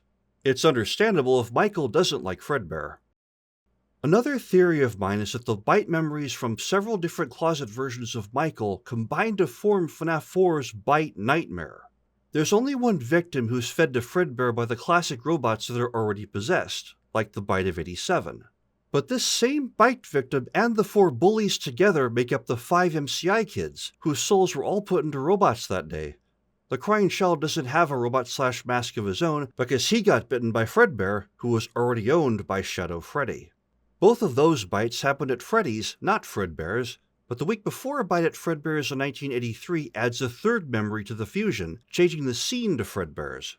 The FNAF 4 bite could never have happened as shown, but it works as a combination of 3 other memories. FNAF 4 must be a collection of memories. It contains events from 1983, 1987, and as the FNAF 1 Night 1 called it says the bite victim has been in a coma for years. Then the bite victim truly dies at the end, dating FNAF 4 after this. The toy animatronics only existed as such in 1987, yet they're here in miniature versions as well as a memory after Mangle was destroyed. The bite victim already knows what's going to happen to him when the days to the party countdown reaches 0, and this pre-knowledge terrifies him. Freddles run away so fast they're near the speed of light, and Plushtrap falls up into his chair. This cannot be a real, physical place. Scott loves to write scenes that tell more than one story at once. The FNAF 4 bite, Midnight Motorist, and Fun with Plushtrap/Balloon Boy are the examples I've found, and we'll cover them as we go. The conflict between an older brother and his younger bite victim sibling also matches FNAF 2. Phone Guy and Jeremy/Michael are both members of the Afton family. Foxy-loving Phone Guy is in a position of superior authority, like an older brother would, and gives orders to Freddy-loving Michael that he sometimes follows. Freddy and Foxy argue in the logbook cartoons. Foxy acts like he owns the place even though he isn't one of the characters on the logo. Foxy vengefully blasts the reader with a flashlight, as if knowing both people who will read this logbook blasted him with a flashlight many times in FNAF 2. Phone Guy put Michael in harm's way by ordering him to attend an improbable birthday party in a restaurant locked down for a murder investigation, and to wear his uniform next to the robots who were only hostile to the staff. Older brother Foxy set up FNAF 4's crying child to become Fredbear's bite victim as well. Fritz Smith, the temp worker hired at the end of FNAF 2, is also family. This minimum wage hire with no previous Freddy's experience somehow got past the lockdown using the secret passage network. Fritz had the technician knowledge necessary to adjust the robots for a custom night, and voluntarily approached the killer robots during his free time when others would just run away. Fritz got fired for the same reasons Mike Schmidt did, tampering and odor. If you listen closely to the FNAF 3 Night 4 call, at the end Phone Guy says they have one technician. Yet both Fritz Smith and Mike Schmidt have the powers of this one technician. Fritz and Mike are both rare English-German name combinations to begin with, and Mike had the rare tenacity to survive an entire week when most fell before Night 3. Mike Schmidt got a huge Night 6 check, while Jeremy only got a single extra night's pay, because Mike was awarded Employee of the Month. Mike must have worked at FNAF 1 before this. We only hear about 2 people who earned Employee of the Month at the FNAF 1 building in the week before, Ralph and Dave, the maintenance guy, an alter ego used by William Afton. Fritz must be an Afton using a fake name, and Mike Schmidt seems like another fake name used by the same person. Since Henry is still missing in FNAF 1, Jeremy/Michael's still in a bite coma, and Phone Guy is dead, William is the only character we know in the area who can take the hot seat. So I believe that both Fritz Smith and Mike Schmidt are William Afton. William always comes back, because he's still trying to save the souls of his family trapped in the robots, even at the risk of his own life. So Michael is a piece of William's remnant struggling to assert its own identity, with fragments of William's childhood memories in a nearly identical android body. Phone Guy is Michael's older brother Foxy, who also struggles with memory problems. Could Michael and Phone Guy both be outgrown closet versions of other people? If Michael is a piece of William, who is Phone Guy a fragment of? Let's tally what we know about Phone Guy. He loves Foxy the same way Henry did when he made the Fox a special place at Fredbear's. Phone Guy loves Henry's company, Fazbear Entertainment, even though the corporation has blooded its hands and made many of his own family miserable. Phony is a Fredbear sympathizer who directly tells Michael, "You should be golden," knowing how much Michael loves Fredbear. Phone Guy's memory problems consistent with someone who suffered a severe remnant drain, which is standard for an old android shell of someone who got a closet upgrade. Ralph claims nobody loves or understands the robots better than him, though he doesn't remember why. He's someone Henry could trust in the middle management position in a company where other family members kept trying to sneak in to sabotage things. Ralph has earned the personal enmity of Shadow Freddy, the new management of Freddy's, who doesn't like Henry or Foxy either. And Phone Guy loves to communicate with the rest of the world with pre-recorded messages on outdated technology, just like Henry's fourth closet form, Cassette Man. If Michael is a piece of William, Ralph is a piece of Henry. It seems the only person Henry could trust was himself. Ralph is aware that his father wasn't a good person, so he's consciously trying not to be a copy of his father as hard as Michael is. Ralph says his father was disagreeable and played mean childhood games with him until Ralph asked him to stop, which he thinks was his father's goal. Ralph knows what it's like to have a bad parent, so he goes the extra mile trying to be a good father to Capellia. Dave/William treats Ralph like a long-suffering friend, so even if Grandfather William turns out to be Henry and Michael's dad, Ralph considers Henry to be his father. Ralph and Foxy aren't Henry, but they're closely related by Remnant. Foxy was third closet Henry's avatar until he opened Fredbear's and upgraded to his fourth closet form of Cassette Man, then chose Fredbear as his new avatar.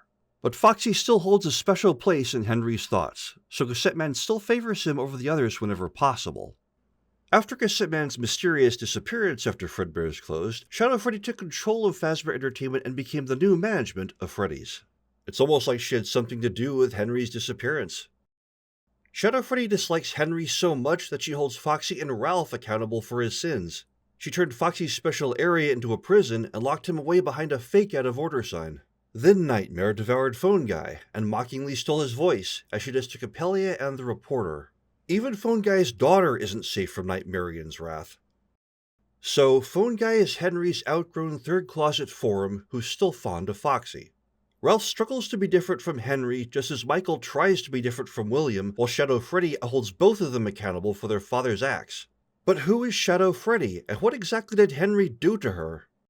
If William was the one who stuffed her into Fredbear, why does she hate Henry and Michael? Besides haunting Fredbear, Nightmare also has a level of control over the other robots. She brands the robots attacking the bedroom with her name, then takes the place of all of them at once as the nights progress, finally leaving Fredbear behind to attack the player directly. Plushtrap is the only one Nightmare doesn't control, since Shadow Bonnie clings to him. Shadow Freddy has a hold on the other robots in the stories, too.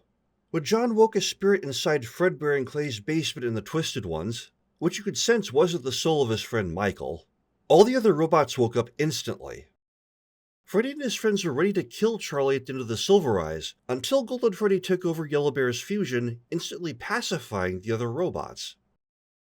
While she seems hidden in Special Delivery, Shadow Freddy might be the character we encounter the most. Every FNAF AR robot glitches out several times a match when they become truly dangerous, and always glitch out in the final jump scare.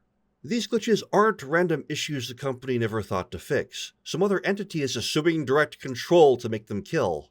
Toy Freddy doesn't even remember attacking us in one instance, asking our corpse why we aren't saying anything with a tone of genuine concern. Toy Freddy's body attacked us, but like Game Baby before him, he wasn't the one controlling it.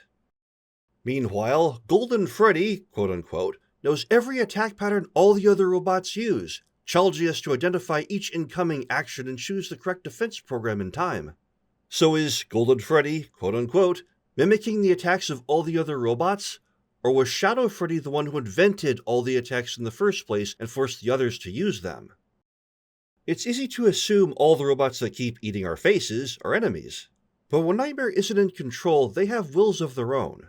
The plushies tell the crying child they're still his friends when he seems to die for real the day after the bite in FNAF 4, asking if he still believes them. And sometimes the robots find ways to give us a break.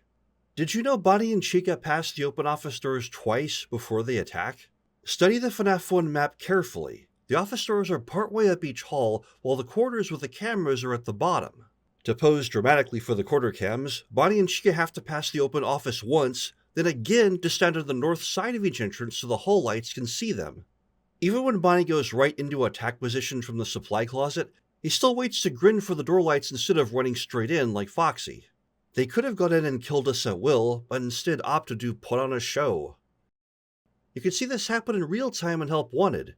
If you turn off the hall lights for a moment as Bonnie and Chica start down the halls, you can catch their retreating backs. It's only when you leave the hall lights on and make it painfully obvious what they're doing that they stop, seem to wake up, and slowly turn to look at you before attacking. Even when Nightmare is in control, they can still opt to take the scenic route. Foxy's attitude depends on who we are. He doesn't wait for William/Mike Schmidt, just runs in or pounds on the door. Withered Foxy is statistically the most deadly robot in FNAF 2, forcing Michael to spend precious flashlight power to blind him since the Freddy head doesn't stop him at all. Foxy doesn't seem to have any reservations against attacking Freddy. In contrast, Mangle, William's version of Foxy, is the nicest robot who gives us a radio reminder when they're about to attack and about a minute's grace period even if they do get into the office. Nightmare Foxy is a special terror for the bedroom defender in FNAF 4. While the game largely mirrors FNAF 1, Foxy can attack from either hallway and gives us a unique partial jump scare from the closet if we get there just in time. Yet even then, Nightmare Foxy opts to jump into our closet instead of attacking directly, giving a level of respect he didn't give William or Michael. Rockstar Foxy is one of the few robots in Ultimate Custom Night who might actually help us, providing buffs we need to survive the highest difficulties. Foxy doesn't like William or Michael, but is sympathetic towards the bedroom defender and the protagonist of Ultimate Custom Night. He has a slight resistance to Shadow Freddy when he wants to use it. In my theories, Henry is William's eldest son, and Henry and Michael have a history. When William planned to pass the torch and name someone else Freddy, Henry craved the role and believed Freddy was his birthright. But for some reason, William disinherited Henry and gave the role of Freddy to Michael. So when Henry took control, he created Fredbear as a golden superior ripoff of Freddy to make a point and elevated his new avatar as the star. Henry then forced Jeremy/Michael to work at Fredbear's, attending a shrine to a bear whose existence mocked his own character, and rubbed salt in the wound of losing the star role. That's why Phone Guy had to warn Michael of the changes between Fredbear's and the new Freddys. Henry didn't forgive Michael for locking his daughter Charlie out of the Take Cake party, and all the horror that resulted from that prank. Henry tried to replace Freddy completely and take the lead singing role himself, but it backfired. FNAF 2 has drawings of Fredbear attempting to sing, and failing, while most of the children listen to another, more musical voice off-page, while Freddy wows a kid with his beautiful voice. This has to be Henry performing in his spring suit, because nobody would program a star character like Fredbear to sing badly. Fredbear might be rich, but the band still needed Freddy. Michael and Henry's conflict echo in the Bear of Vengeance anime from UCN. Foxy the Pirate, Third Closet Henry/Phone Guy's avatar, has captured Freddy's dojo. The dojo must be the FNAF 2 building since Mangle is there. We've seen Foxy take over other establishments, like the Survival Logbook where he's somehow in charge despite not being one of the title characters. Yarg Foxy is also the glorious ultimate prize at Lonely Freddy's establishment, sucking up all the glory while an army of little Freddys take constant abuse from the kids in a restaurant they're supposed to be the stars of. Foxy is taking over Freddy's and rules it with an iron hook. Freddy wants to take control of the new Freddy's back from Foxy's invading corporation. But Freddy is the younger brother, and Foxy wins every fight. Yet, for all the tough talk, Foxy always chooses to humiliate Freddy instead of destroying him. He has Freddy do his laundry and cook his breakfast, which are curious things for a robot to need, and somehow feels safe eating Freddy's cooking. These are quarreling brothers living in the same house, tangled in a love-hate relationship. Older brother Foxy enjoyed seeing his younger brother squirm, but didn't want to hurt him. Phone Guy also enjoyed telling Michael just how much better his new Freddy's was than the sad old Freddy Fazbear's Pizza Place where Michael was the star. He thinks Freddy should be golden, like Fredbear, clearly the better bear of the two.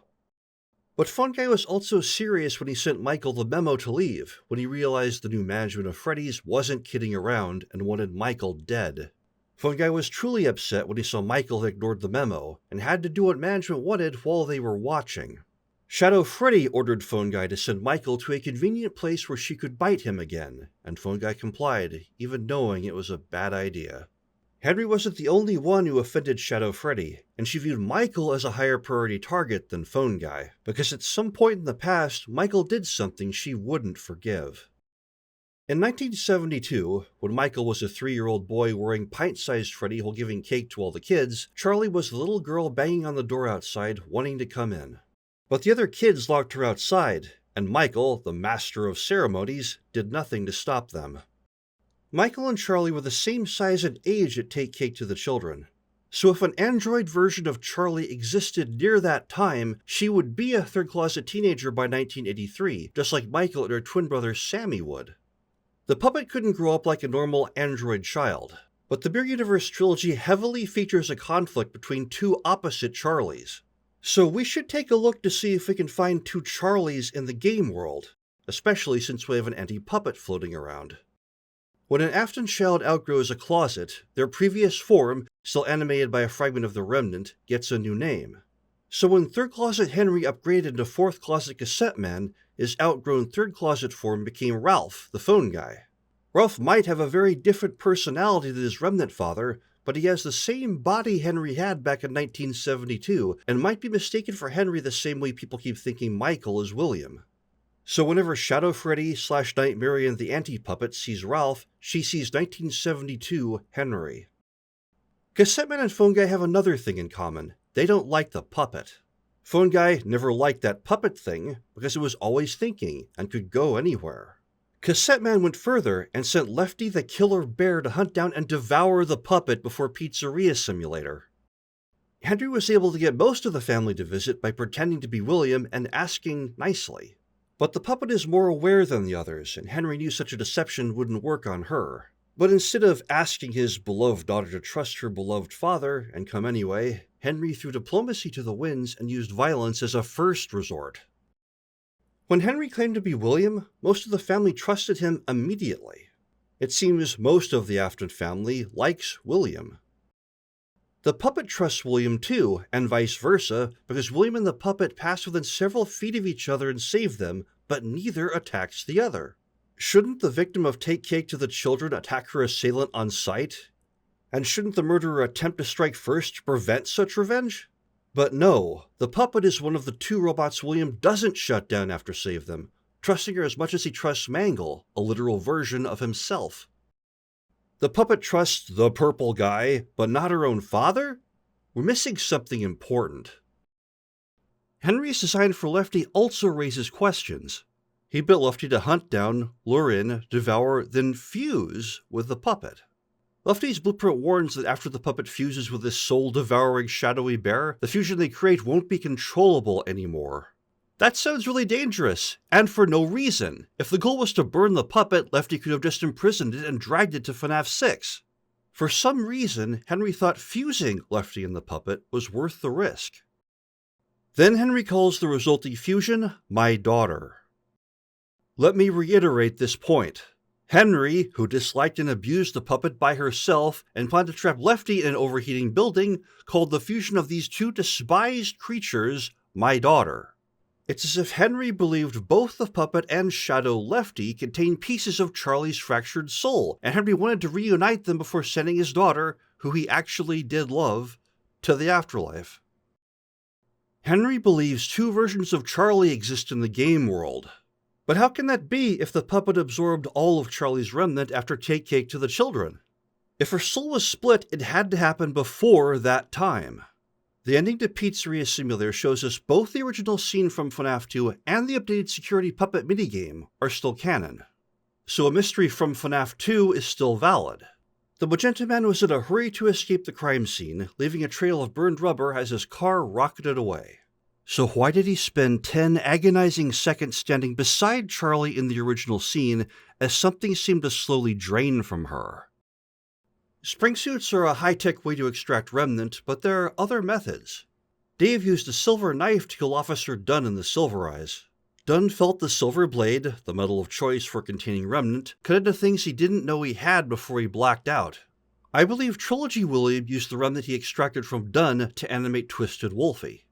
By legend, silver can kill unkillable creatures like werewolves. It is the metal of choice for mad scientists working with Remnant. Perhaps a silver knife absorbs the remnant of its victim directly, sucking out their soul. Trilogy Baby was a mighty robot, and it would take something special to kill her and her self-healing living metal. But Henry's murderbot dispatched her with a single sword strike. Charlie remembers seeing that blade in the robot's hand the day her father died. Something about the blade's appearance made her realize what it was for. She didn't share this conclusion with the reader, but silver has a different luster than other metals, and somehow Charlie knew this blade would work on Baby. It had to be a silver blade. Silver knives can extract Remnant just by stabbing people. Dr. Talbot probably used one to take a sample of Rennell's Remnant when he made his silver locket copy of her. That might explain why his deathly sick daughter suddenly found the strength to run away from home as her well-meaning but knife-brandishing father chased her around the house. The Magenta Man could have used a silver knife on Charlie, then used the remnant he extracted from her to animate a robot in her likeness. Just like Dr. Talbot did when he accidentally created Rennell's evil twin Eleanor. If we accept that Charlie's trilogy is a mirror universe of the games, then another version of Charlie must exist. In the novels, our Charlie, Third Closet Charlie, played the role of the unseen puppet, trying to protect her friends and put everything back together, while Baby the Anti-Charlie, the opposite of compassionate game Baby, is a vengeful creature who mimics others and tries to tear everything apart. If Charlie was the protagonist of the trilogy, what role would she play in the games? Most characters have different names between worlds, but some are so important that they appear in multiple universes by name. One of these is Ella. Ella is a spring suit in the first FNAF movie, Charlie's first closet android doll form in the novel trilogy, and a character directly related to Eleanor in the Fazbear Fright books. It's like Ella is the Pokemon pre-evolution of Eleanor, Dr. Talbert's twisted copy of Rennell. We should look for Ella in the game world, and I believe I've found her. Ella is a small balloon kid-like doll with magenta cheeks, just like JJ, Balloon Boy's twin sister in FNAF 2. JJ is a member of FNAF's Rare Cameo Club, along with FNAF 1 Yellow Bear, Shadow Freddy and Shadow Bonnie in FNAF 2, Shadow Freddy again in FNAF 3, and Yendo in Sister Location. Except for the Paper Pals, the group seems largely composed of shadows. JJ normally disappears at us shyly from under the desk in FNAF 2, but she gets her chance to be creepy in FNAF 3. Before Phantom BB attacks the office with their glowing eyes, another face appears at a monitor with empty eyes. When brightened, this face is a slightly different coloration than Phantom BB. Scott challenged us to guess who they were in FNAF 3's teasers, and my answer is JJ. JJ's head is also in the FNAF 3 box. While BB and JJ are twins in most ways, BB has opaque red cheeks that block all light, while JJ has translucent magenta cheeks that let a little light shine through. The dead balloon kid's skull in the box has translucent red cheeks, which doesn't match either one. But the light at FNAF 3's office lacks blue hue, so bright blue toy Bonnie appears gray. Magenta is equal parts red and blue, so without blue, it appears red. In this case, the cheeks on the balloon kid's skull do match JJ. Phantom JJ is here, watching us, hidden in plain sight. She wouldn't have a phantom if she wasn't possessed. And Balloon Boy is her fraternal twin, in a world where Henry has the only set of twins. The later games have more evidence that Charlie is part of the story. A three-faced version of Charlie's dorm room project appears in Sister Location. The lawsuits in Pizzeria Simulator are filed in Hurricane, Utah's Judicial District. The two doors for the sticky note room and security breach are called Charlie doors. Charlie's trilogy is related to the game canon, and Henry's twins exist in both worlds. If we could find another set of twins linked to BB and JJ, it would help clear things up. And we see another pair of twins in FNAF 4. The girl in the park with the toys and Plushtrap Kid are also fraternal twins. Their red accessories, pure white shoes, dark blue eyes, and tan skin are all perfect numerical RGB color matches, and their sprites have the same shape and proportions. There are many kids in FNAF 4, but only these two are eerily similar by design. The girl has a magenta shirt, JJ and Ella's color, and her purplish shirt and blue jeans are similar to the outfit Charlie says she always wears at the start of the Silver Eyes.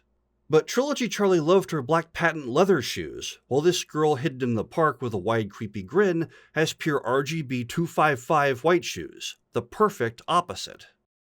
Henry made several toys for Charlie in the trilogy, and Game Henry made the toy animatronics from pieces of William's robots. William is the robot master of the games who made the fun times out of futuristic shape-shifting metal spaghetti and built the original spring suits.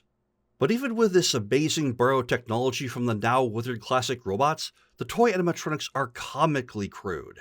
Toy Bonnie and Chica's endoskeletons in special delivery are basically metal logs with googly eyes glued on, the derivative work of a child trying to imitate their father. Game Henry can make some robots, but not nearly as well as William, which is why Fazbear Entertainment wanted William's design secrets for things they couldn't build themselves. Henry made the toy animatronics, the very toys you'll find surrounding the park girl. Tiny toy Chica is even missing her beak, and seems upset about it. 8-Bit World is a virtual space that's more symbolic than literal, and in Save Them the toys were twice the size of the withered robots, even if the reverse is true in the physical world. Perhaps they gained a surge of Remnant after Save Them, making them giants, but it's been largely drained from them now, making them tiny Remnant fragments. However it works, Tiny Toy Chica seems like the real Toy Chica in this world, a toy that's already been scrapped along with Mangle. The Park Girl's fraternal male twin Plushtrap Kid also has an uncanny similarity to Balloon Boy, who also shares several RGB color matches. BB was always more than a robot. Several sprites of him make a sort of evolution chart, starting with a robot, but morphing into what seems like a human child in FNAF 4, then into the Bonnie Bully. This is Bonnie's kid. Balloon Boy even replaces Plushtrap in FNAF 4's Halloween edition, just like Nightmare and replaced Nightmare. Scott declared Nightmare Balloon Boy was canon, which means he shows us something we need to learn. We've found two sets of twins now, BB and JJ, who connect to Park Girl and Plushtrap Kid. BB and JJ are the first closet android forms of these children, and Park Girl resembles Charlie, while JJ resembles Ella. It's easy to get confused with names in FNAF. Most closet numbers and alternate universe versions of a child have different names, while some have the same name in multiple settings. Or slightly altered names, like Michael Brooks and Michael Afton, Henry Emily, and Henry Afton. My rule of thumb is to use the names that appear in Charlie's trilogy as the defaults when the character's canon name in the game universe isn't known for sure. So I keep calling Charlie's brother Sammy even if he plays the role of Shadow Kid Andrew in the Fazbear Fright books. And I keep calling Henry's daughter Charlie, even though her canon game name might be Cassidy, a character often confused with Golden Freddy.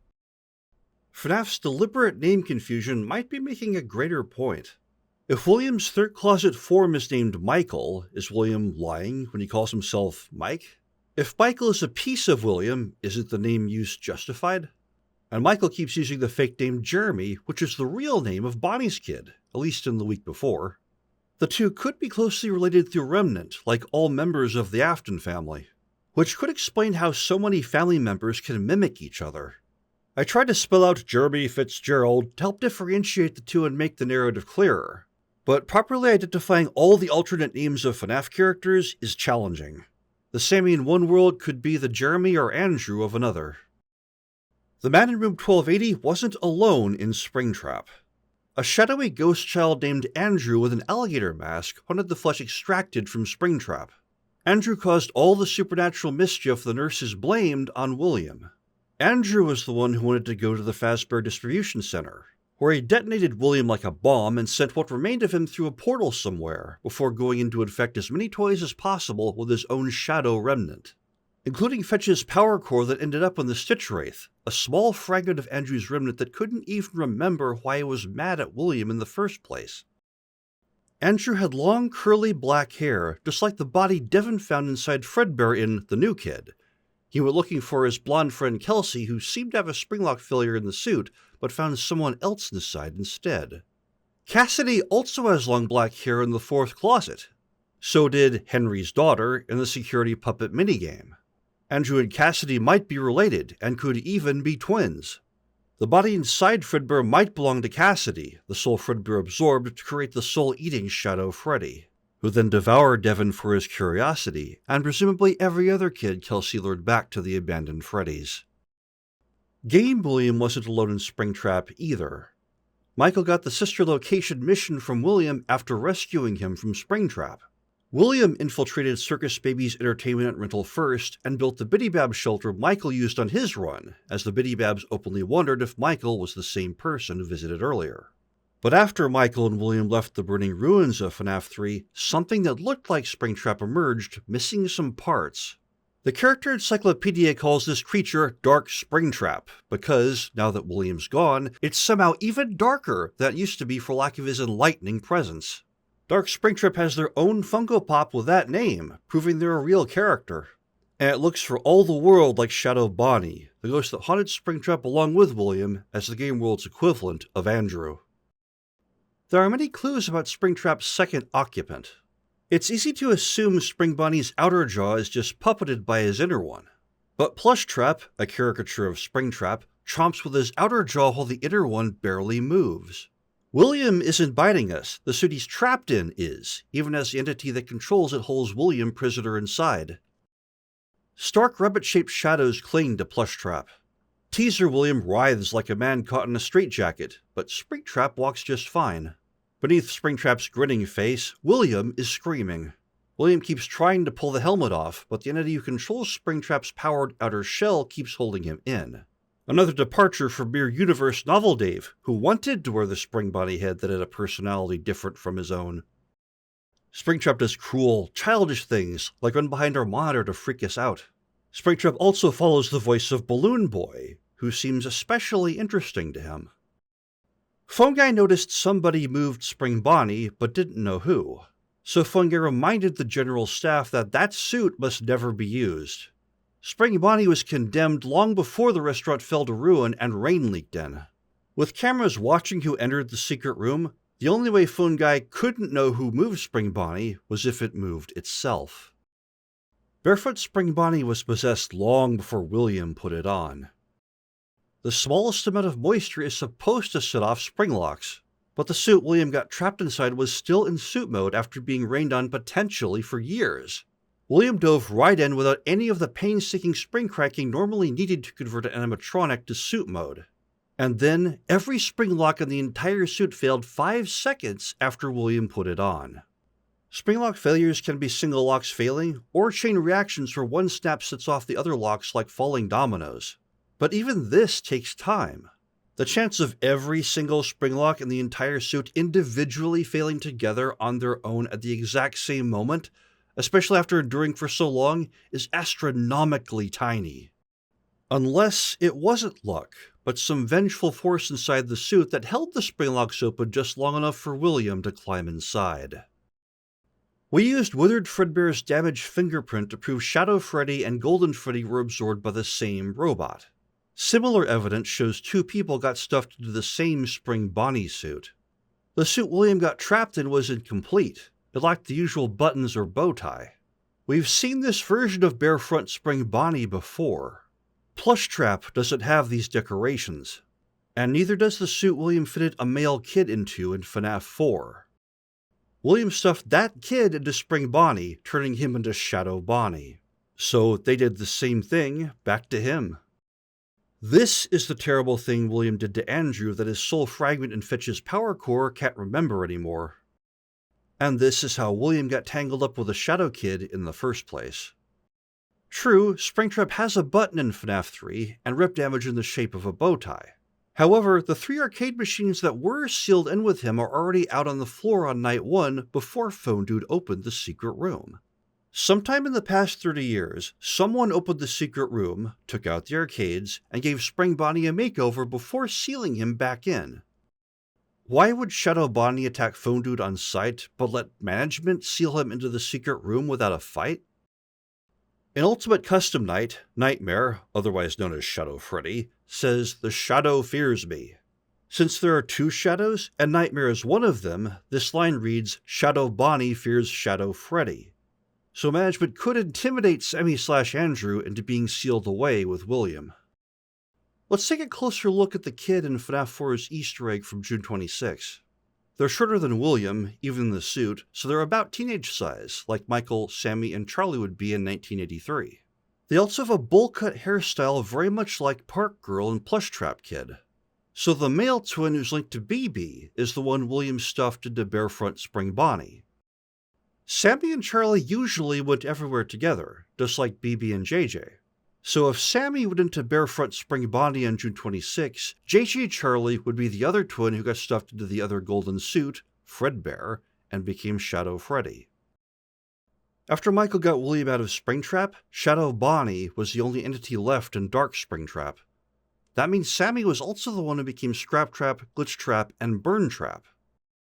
I'm aware that PJ Haywood voices Sister Location William, Michael Afton, and Scraptrap, and that Pizzeria's Familiar credits Haywood with being William Afton. This strongly suggests that Scraptrap is William. But in a twisted Jekyll and Hyde-like way, Sammy and Andrew were William too. The real William got sucked into the portal Andrew created after detonating their shared body before we even got to talk to him. But when the real Jake combined all the toys Andrew infected with his Shadow Remnant after that happened, it created a giant rabbit Voltron version of William. I repeat, the Remnant Andrew put into the toys formed an evil version of William, not a version of Andrew as one might expect. Andrew had to be a twisted version of William's Remnant from the beginning for this to work, so Sammy/Shadow Bonnie would technically count as a negative version of William. You could call Mr. Hyde Dr. Henry Jekyll and not be wrong even if the two couldn't be more different. Sun/Moon/Eclipse was designed to illustrate this point. Scraptrap might be a William, but he's not the William we've heard before. Interview William, Michael, and Scraptrap have similar voices but very different personalities. Sister Location William is an English gentleman, while Scraptrap is a lisping vaudeville villain reveling in his eviality. If anyone should know the real William, it would be his daughter Elizabeth. Scrap Baby spent days locked in the small square building with Scraptrap, who never missed a chance to remind everyone that he was William, as if afraid they might otherwise forget. But Scrap Baby believed that Henry's impersonation of William was her real father, right up to the end where Henry revealed his deception. Henry was better at pretending to be William than Sammy. Is there anyone in this family who doesn't try to mimic someone else? It's almost like everyone is part of the same thing, like those creepy conjoined paper doll families we see overhead. Or the ghostly webbing that connects all the characters in Help Wanted's promotional poster, like everyone who's connected to the Afton family is also part of it. There are 2 Williams, the good human and the evil ghost in the rabbit shell. Oswald learned this the hard way in Into the Pit. His never-named father has some history at Freddy's he didn't want to talk about. Oswald finds a Freddy mask stashed in his house during the game and can't seem to stop drawing Freddy's characters even though he doesn't know what the place is. It's like Oswald has some of his father's memories. Pit Trap, an empty, possessed Spring Bonnie suit, attacks Oswald's father and takes his place. It somehow knows how to drive a car, where Oswald lives, and where Oswald hides his keys. Pit Trap does such a good job imitating Dad that it fools everyone except Oswald and the cat. Pit Trap somehow knew things only Oswald's father could know. Oswald's dad only woke up after Pit Trap died, quote-unquote, by choking in the ball pit net, where it turned back into an empty suit, no longer animated by whatever dark remnant once moved it. Although Shadow Bonnie can put himself back together in FNAF World and FNAF AR, and Pit Trap comes back to life in a bad ending. Spring Bonnie could mimic Oswald's father so well because at its core the mimicry wasn't a lie. It contained an evil, twisted version of Dad's own Remnant, and could mimic Dad just like Trilogy Baby could mimic Charlie. Pit Trap was a hide of Oswald's father, and it killed 6 kids in public at a Freddy's in a recreation of Save Them. It's no wonder Dad doesn't like to talk about it. William didn't kill 2 random kids on June 26, he killed versions of Henry's twins, probably to avenge what Henry's company did to Elizabeth. William hoped revenge would fix things, but it only made them worse. The shadows William helped create did everything possible to make his life miserable, even if they had to kill more innocent kids to do it. Sneaky Shadow Freddy framed William for the 5-child MCI, but a different killer with an overt style took out the 6 kids and saved them. Fun with Plushtrap and Into the Pit both suggest the second killer was Shadow Bonnie. Plushtrap is William's nightmare of being the guard on duty during Save Them, and stopping a rampaging barefront version of Spring Bonnie with a flashlight in a hallway with 2 doorways on each side, like the hall in front of FNAF 2's office. If William was the Save Them killer, why would he once again perform the opposite of his own modus operandi of luring people into back rooms while he was the guard on duty? The police would question William no matter what happened and discover his true identity. William tried to cover up the incident because, after the MCI, he knew a jury would convict him again, which is exactly what the Shadows wanted. The FNAF 3 teasers say he always comes back, and we have a place for him. What if the 2 Shadows are saying this instead of the 5 MCI kids? They did have a place for William, inside Springtrap. A spring trap captures its prey alive, as this one did. The 4 ghosts wouldn't have blocked the door of the secret room unless Shadow Freddy led them there for William to smash, before returning as the 5th ghost herself, using her special puppet-like power to enter secret rooms to chase William into the trap her brother held open for him. People tend to blame William for everything, but we can't blame the sister location bunker on him. William spent 30 years sealed away while Fazbear Entertainment's Seabear Shell Corporation used the fun times to harvest souls every week. When William got free, his first priority was to shut down that place by freeing the souls of the family trapped in the hacked fun times, depriving Seabear of its remnant collection tools. In Dittophobia, Rory is trapped in an eternal FNAF 4-like nightmare in the sister location bunker by a man who left pre-recorded messages for him on cassette tapes. 4th Closet Henry / Cassette Man owns this place. We've established that JJ Charlie grew up to become Shadow Freddy. But where did JJ / Ella come from in the games? BB Sammy, JJ Charlie, and Michael were 3rd closet teenagers in summer 1983 and little kids at the time of Take Cake to the Children in 1972. If JJ / Ella is a piece of Charlie's remnant, she had to be extracted from Charlie before the puppet absorbed what remained of her after the Magenta Man's attack. Which means JJ's origin was also the day of Take Cake to the Children. The Magenta Man stayed at the crime scene for 10 seconds because he used a silver knife to drain some of Charlie's remnant, then drove off, thinking he'd gotten it all. Then he returned home and used the remnant from Henry's daughter to build magenta-cheeked JJ. This is striking. Remnant can be used to make anything, and harvested souls usually end up as animals or monsters that don't resemble their original humans at all. But the Magenta Man had 2 rare attributes. He had the skill to harvest remnant and use it to make crude living metal constructs. And he loved Charlie, and used her remnant to build JJ as a first closet version of her. Mad scientists think differently. The Magenta Man didn't stab Charlie because he wanted to kill her, he paradoxically wanted to make her immortal. When Michael and the other children cruelly locked her outside, it was more than a prank, or a refusal to accept her as a member of the family. It prevented Charlie from bonding with classic Chica and getting the immortality of an Afton child. So the Magenta Man made sure that Charlie became immortal that day to save her. Just as Dr. Talbert stabbed his daughter Onell with a silver knife in hopes of making a backup copy of her remnant to protect her from death too. There's more. The Magenta Man knew Charlie, and she knew the Magenta Man. In Take Cake to the Children, the Speak and Spill voice tells us to save him. But who is the him in question? We're controlling little Michael in his Freddy suit, so the voice is asking Michael to save someone, and Michael isn't the him we're supposed to save. The clear victim in this scene is Charlie, but Henry's daughter is a girl, so she isn't him either. The 6 kids eating cake aren't in danger yet, so that only leaves the Magenta Man himself.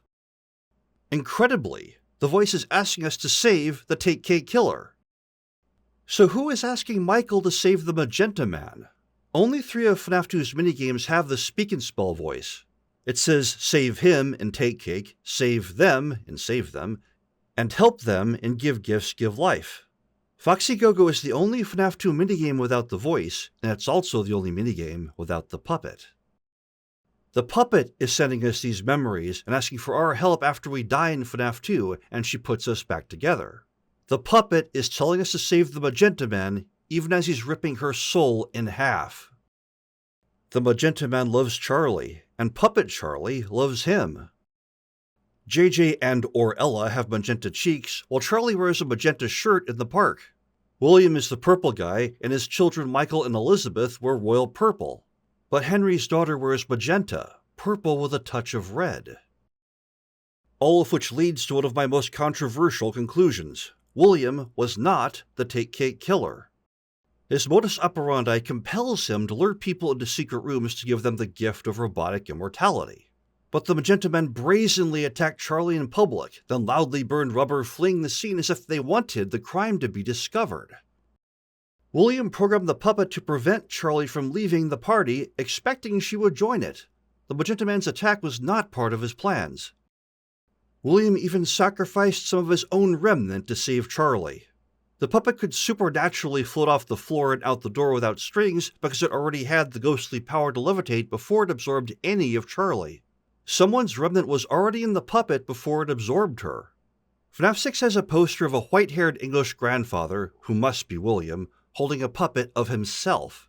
William put his own remnant into the puppet and personally commanded it to save Charlie. Take Cake to the Children caused William to go bankrupt, forcing him to sell Afton Robotics to Henry. Michael got to be the star of Freddy's for one day before his bad decision to lock Charlie out made everything go wrong. Charlie got her soul split in half. The only person who gained anything from Take Cake to the Children was Henry. Here's what we know about the Magenta Man. He loved Charlie, who loved him back as well. He knew how to extract remnant and make crude living metal constructs like balloon kids. He was an outsider to the original Freddy Fazbear's Pizza Place, but an insider to phone guys New Freddy's in summer 1983, where he watched William wear Foxy into the MCI room.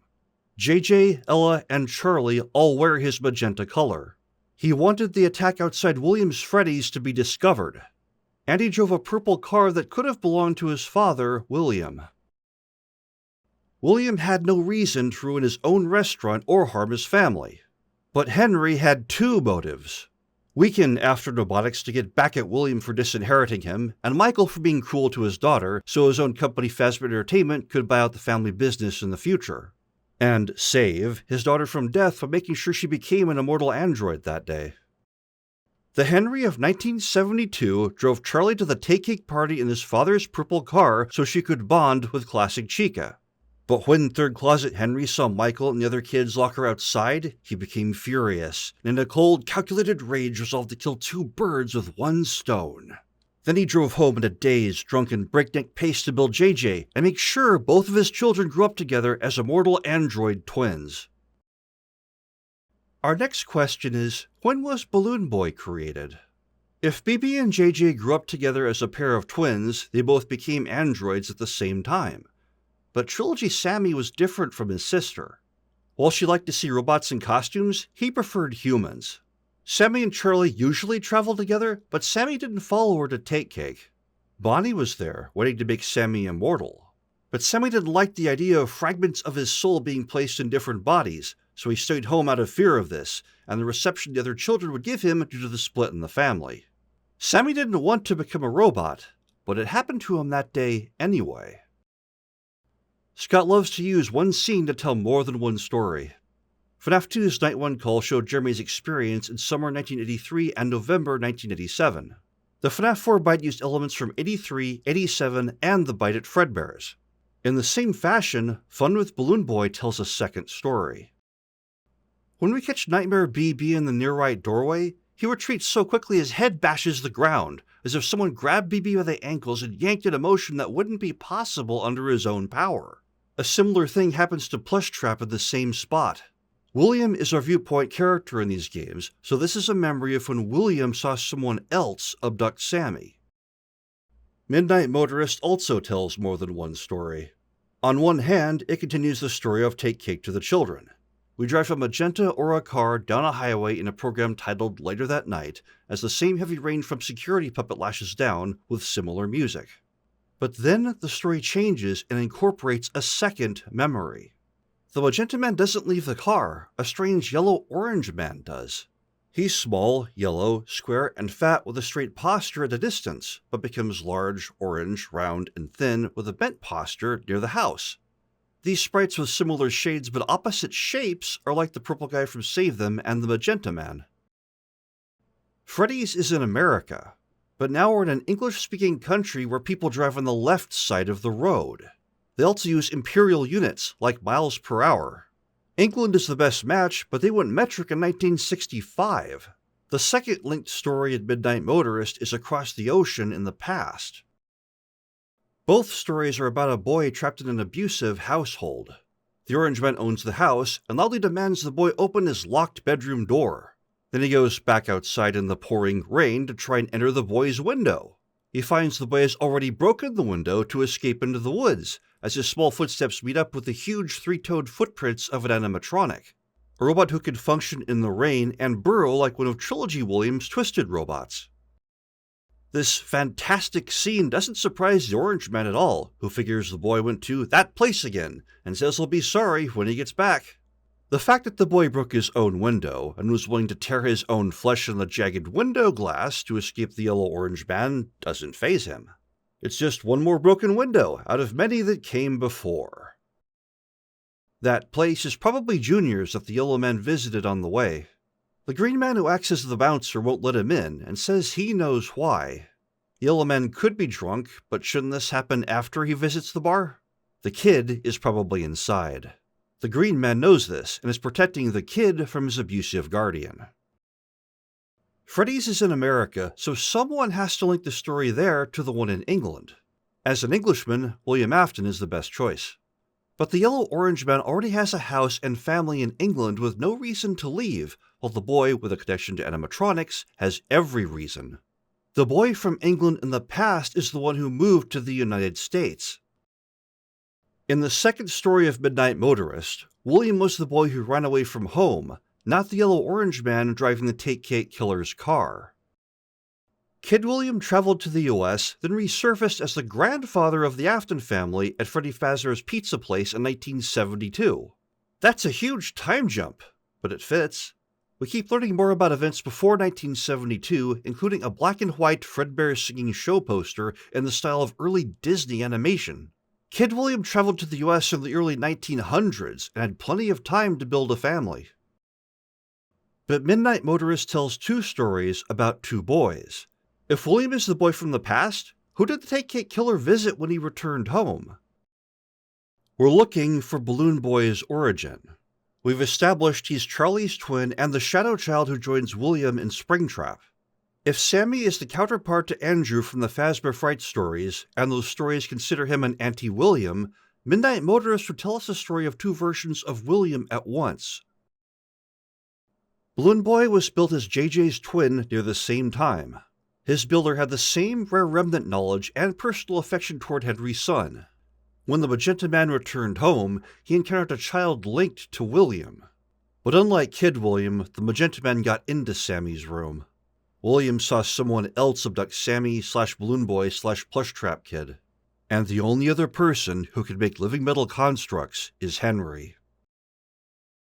This is why I've spent a decade arguing that Henry is the Magenta Man. Henry is the original anti-William, and the one who mimics him the best. His sprite is the perfect opposite of William's in the same game, a pink humanoid with dark eyes. The puppet carver tells the story of a purple-faced small pizzeria owner whose remnant split into positive and negative sides, with negative pink Fazgu Jack going off to work for Henry's company, Fazbear Entertainment, perhaps even build Fazbear Entertainment from the ground up. Henry gave his twins the gift of robotic immortality, whether they wanted it or not, in the best form he could manage at the time. Like Dr. Talbert, he stole a piece of his daughter's soul in an attempt to save her. If this also punished his unfair father and spoiled younger brother, and led to his own company taking control of the family business in the future, so much the better. Scott called the subject of Pinky Pill's take cake drawing Purple Guy, but not William. As a purple-adjacent Hyde-like anti-William, calling Henry Purple Guy isn't wrong, just incomplete. William used to look a lot like Henry in the Silver Eyes graphic novel, also illustrated by Pinky Pills. The devil is in the details, which are critical and a mystery. Dr. Talbot and Game Henry have another thing in common. The versions of their daughters that they tried to save twisted into inversions. Dr. Talbert's good intentions created Eleanor, the big bad of the Fazbear Fright books, while in FNAF 6, Henry talks about a monster he unwittingly helped to create. William created Henry, not the other way around, so Henry isn't talking about William. Henry created JJ Charlie, who William stuffed into Fredbear to become Shadow Freddy, the game's version of Ella-linked Eleanor. Charlie was just an innocent little girl who wanted to be loved and accepted. But after Michael shunned her, Henry severed her, and William stuffed her, Shadow Freddy became a monster in truth.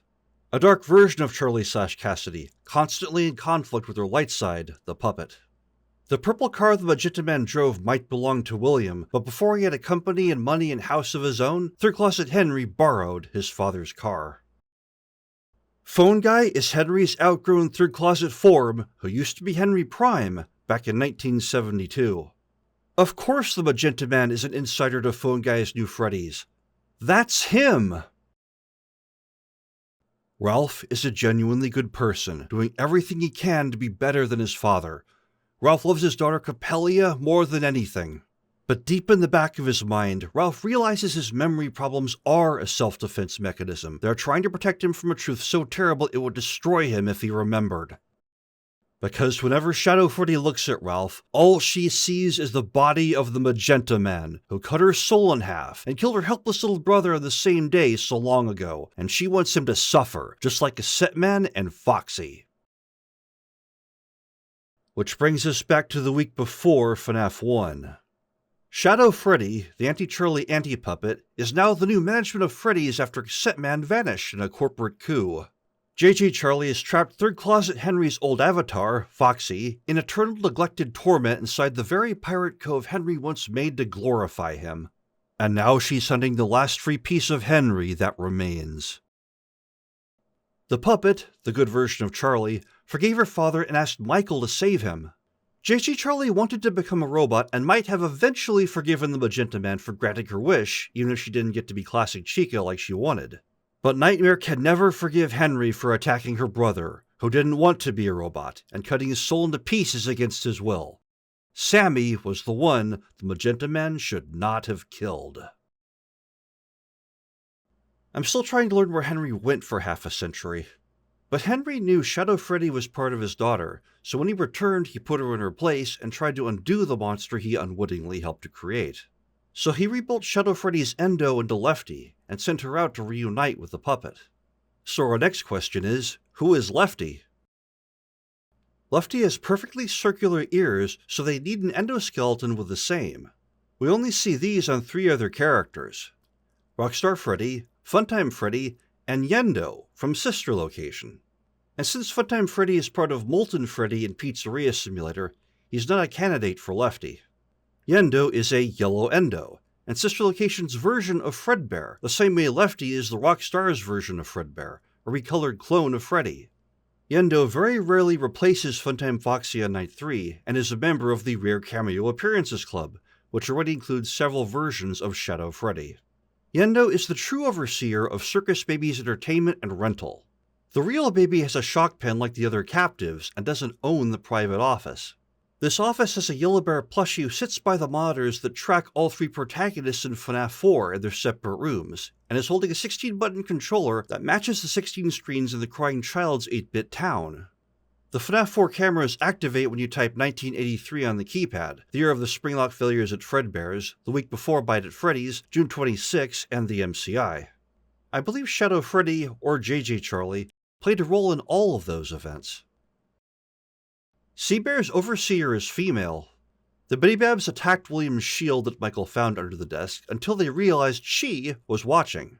Shadow Freddy loves monitors and has a massive collection of them in a virtual office in Help Wanted to better monitor and control people. If Baby was there, or her voice could scare off the Biddy-Babs, they never would have attacked in the first place, so Baby wasn't the she they were afraid of. Ender devoured the main fun times, but 2 of them survived FNAF 5. The Night 4 springsuit Michael got trapped in, which has the same shape as the middle faceplate beneath Funtime Chica's mask, and the mysterious Yendo. Funtime Chica was never used the way it was meant to be used, so it wasn't possessed, at least not before Michael got trapped in it, so it wasn't the Overseer. In Sister Location's Custom Night, Yendo reprises FNAF 1 Yellowbear's role in teleporting into the office and quickly killing the player unless we raise the monitor to block their gaze, making them vanish as mysteriously as they appeared. Although Yendo actually chomps us instead of giving us a single frame jump scare, suggesting this is a real robot instead of some ghostly projection. Yendo also shares FNAF 1 Yellowbear's love of mimicking voices. On Night 4, a dark voice told us she kidnapped us and hid us in Funtime Chica. This nasty, condescending voice keeps calling us dummy, so I call them Dummy Voice. They sound like kind, compassionate Baby as much as William sounds like lisping Springtrap. Dummy Voice confesses her love of pretending to be something other than what she is. And then, on Night 5, Baby quote-unquote announces, in third person, that Circus Baby has already been to the scooping room today, revealing they aren't the real Baby after all. For all her hype, we never actually got to see Baby in action at any point in Sister Location. We only got to see her hollowed-out shell sitting in parts in service on Night 5. On Night 1, Hand Unit directed us to shock Baby's area 3 times, the maximum number of shocks robot can get before it starts taking permanent Remnant damage. Then Michael heard someone getting scooped in the distance as he crawled back out through the vents. Since we see every other robot intact and operational in Nights 2 through 4, the real Baby is our only candidate for the scooping victim of Night 1. Some other entity devoured some of Baby's scooped-out remnant, then mimicked Baby's voice at us from the shadows for the rest of the game, like how Shadow Freddy is able to mimic Capellia, Reporter Bronwyn Light, and Phone Guy after she eats them. Henry only returns when the Funtimes finally escape after decades of trying. Perhaps Cassette Man was always watching, or the escape set off an alarm that woke him up? However it happened, Henry decided that Yendo had failed him for the last time, so he turned her into Lefty and set her out to devour and reunite with her other half in the puppet. Henry might not respect Shadow Freddy or the puppet, but they're both still pieces of his daughter that he wants to save in his own mad scientist father way. So he tried to make Charlie's soul whole again before sending her to the afterlife. But Lefty might have eaten the wrong puppet. There are 3 puppets in FNAF, all shown on the Ballistic Puppet arcade. The real puppet with purple tears, 3 buttons, and stripes on her forearms and ankles. Nightmarian the anti-puppet with black tears and all black except for a white mask and claws. And the security puppet we place on the floor of Pizzeria Simulator to access its minigame, which has blue tears, a bell hat tentacle, and stripes over its arms and chest and hat.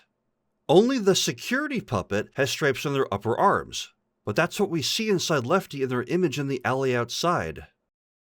There's also a puppet mask inside the blob and security breach, but it has no tear stains to identify it by color. So Lefty might have eaten a decoy.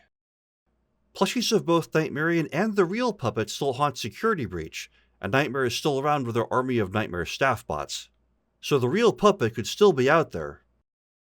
Henry hoped the extra heat would kill the remnant in the living metal of all the FNAF 6 robots.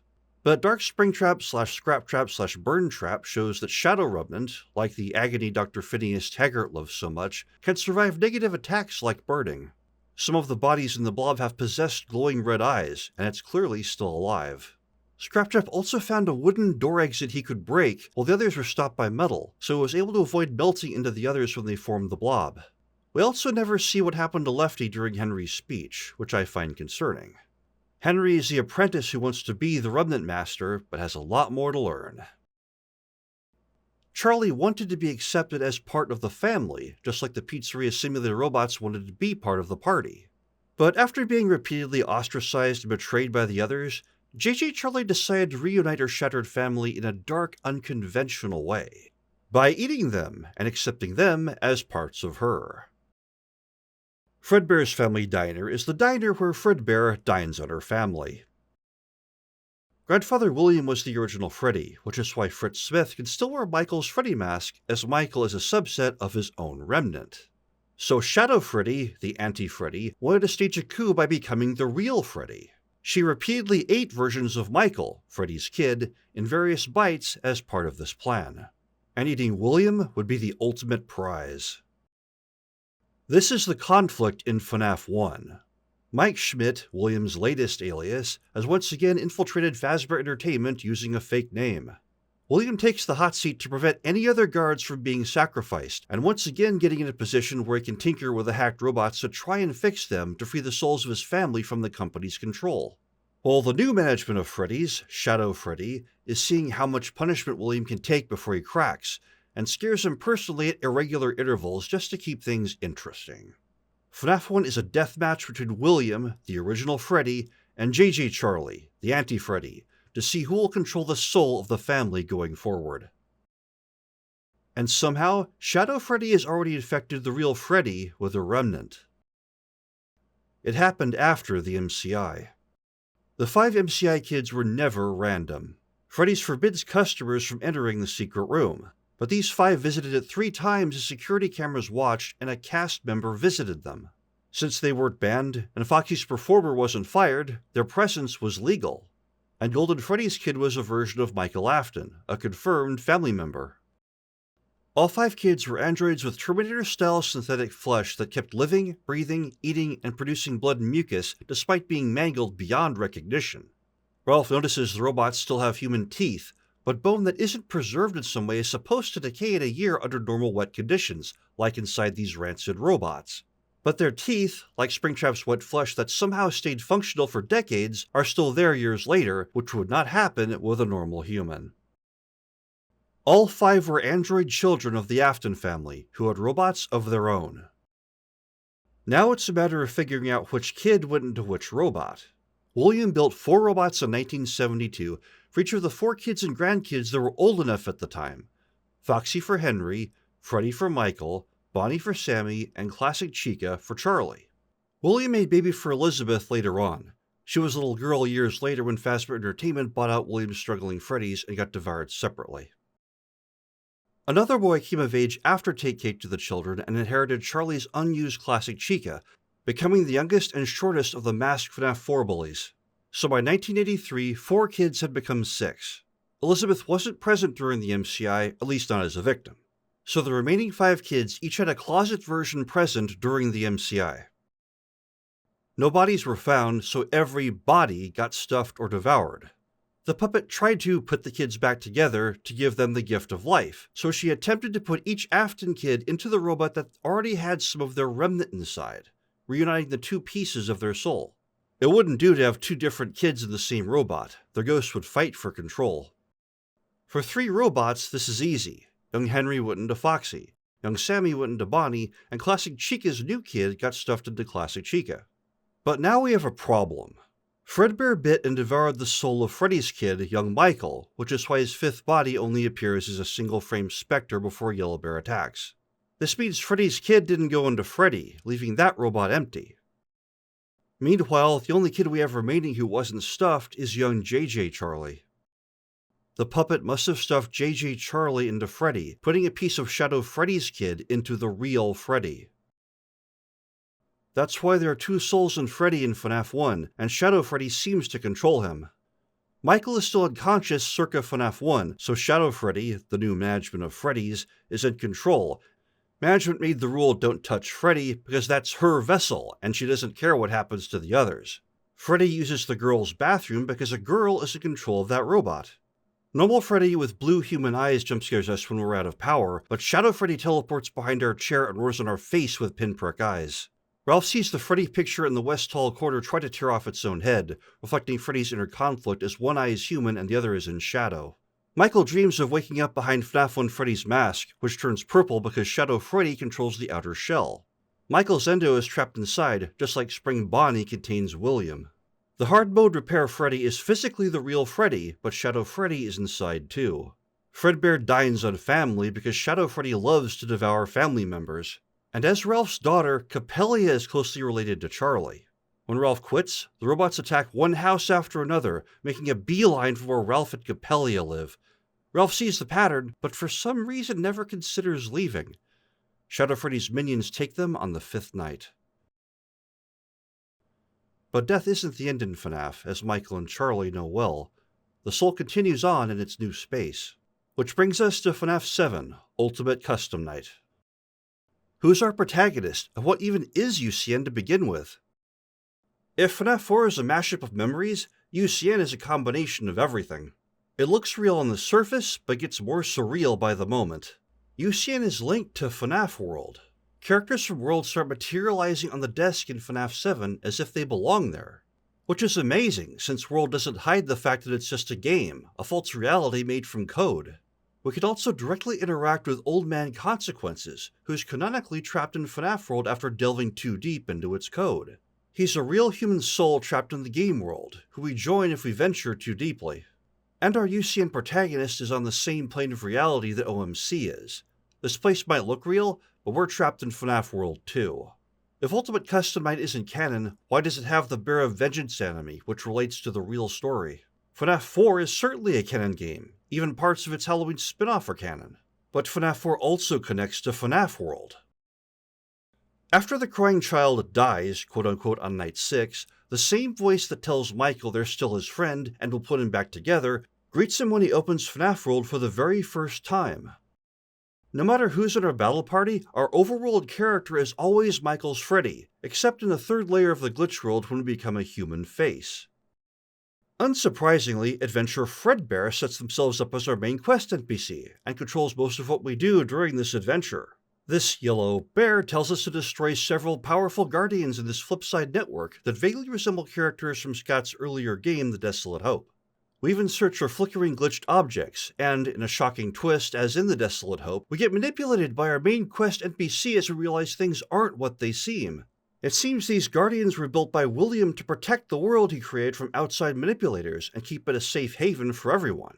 So after we do everything Fredbear tells us to do, and destroy these guardians that limit their power, we get a troll ending congratulating us for being fools and are now fully under their control. But if we wait until Shadow Freddy finishes each conversation, the real Golden Freddy will take over the Yellow Bear fusion for a moment. Golden Freddy is a younger closet version of Michael himself, a piece of his very soul, and it tells us how to leave this place and get the good ending, by finding the clocks that will wake us up from this fake reality. Each clock minigame sets up one of the happiest day minigames Michael will later use in FNAF 3. Finding all 5 activates an up portal out of this fake world, which was just another layer of game code all along. And then we, Michael the Freddy Kid crying child bite victim, meet the entity from the beginning of the game again, who said she'd put us back together, revealing this is the canon ending to FNAF World. From here, in my notes, Michael wakes up as the endoskeleton trapped inside FNAF 1 Freddy in the scenes he dreamed about in FNAF 2. It's after FNAF 1, but Fredbear's has reopened several other times since then. This is still the place where Yellow Bear dines on her family, like she ate us earlier. But now that Michael is finally awake again, something has changed, and his friends Bonnie and Chica slowly turn, realizing they're not looking at Shadow Freddy for the first time in years. We're still trapped behind her purple Freddy mask, but true to her word, the puppet arrives to help us escape, and puts us back together. Michael is only a bare metal endoskeleton now, just like the end of Night 5 of Sister Location. But both endings of FNAF 5 show he can get his synthetic flesh back quickly. Flesh is just an accessory for an Afton android, and while it helps them feel and maintain their human functionality, it's ultimately just a squishy set of clothes. None of the blood is real. When the puppet frees Michael's endo from inside Freddy, she basically gives Freddy the dark Springtrap treatment. Freddy is even creepier now, and eyeless like Yellow Bear in FNAF 3's teaser video, while Bonnie and Chica still have their inner endos and eyes. After regaining his freedom and his flesh, Michael eventually makes his way to Fazbear's Fright, the 5th opening of Fredbear's, to free his father William from Springtrap. While over 50, Afton androids don't visibly age, so Michael still looks like a young man, and Faux Dude treats him like a peer. And you know the rest. That's how Michael returned to the world of the living after being devoured by Shadow Freddy and sucked deep into the Afton Family network. But Michael was only one of 3 protagonists in FNAF 4, which cannot be a real place. Plushtrap falls up into his chair, Freddles run away near the speed of light. Pills, flowers, and ivies exist in a quantum state like Schrodinger's cat. Fat William, the Fredbear's Bite, and the MCI from 1983 are all there, so 1983 is definitely part of FNAF 4. But so are the toy animatronics in Bite of 87, and the FNAF One Night One phone call that says the Bite victim is still alive long after all these events. Springtrap is already a thing, connecting William to this virtual realm, and Michael dies at the end of Night 6, dating it even after that. These are twisted memories, crushed together into a curated nightmare by Nightmare. And they're patterned after locations in the Afton house.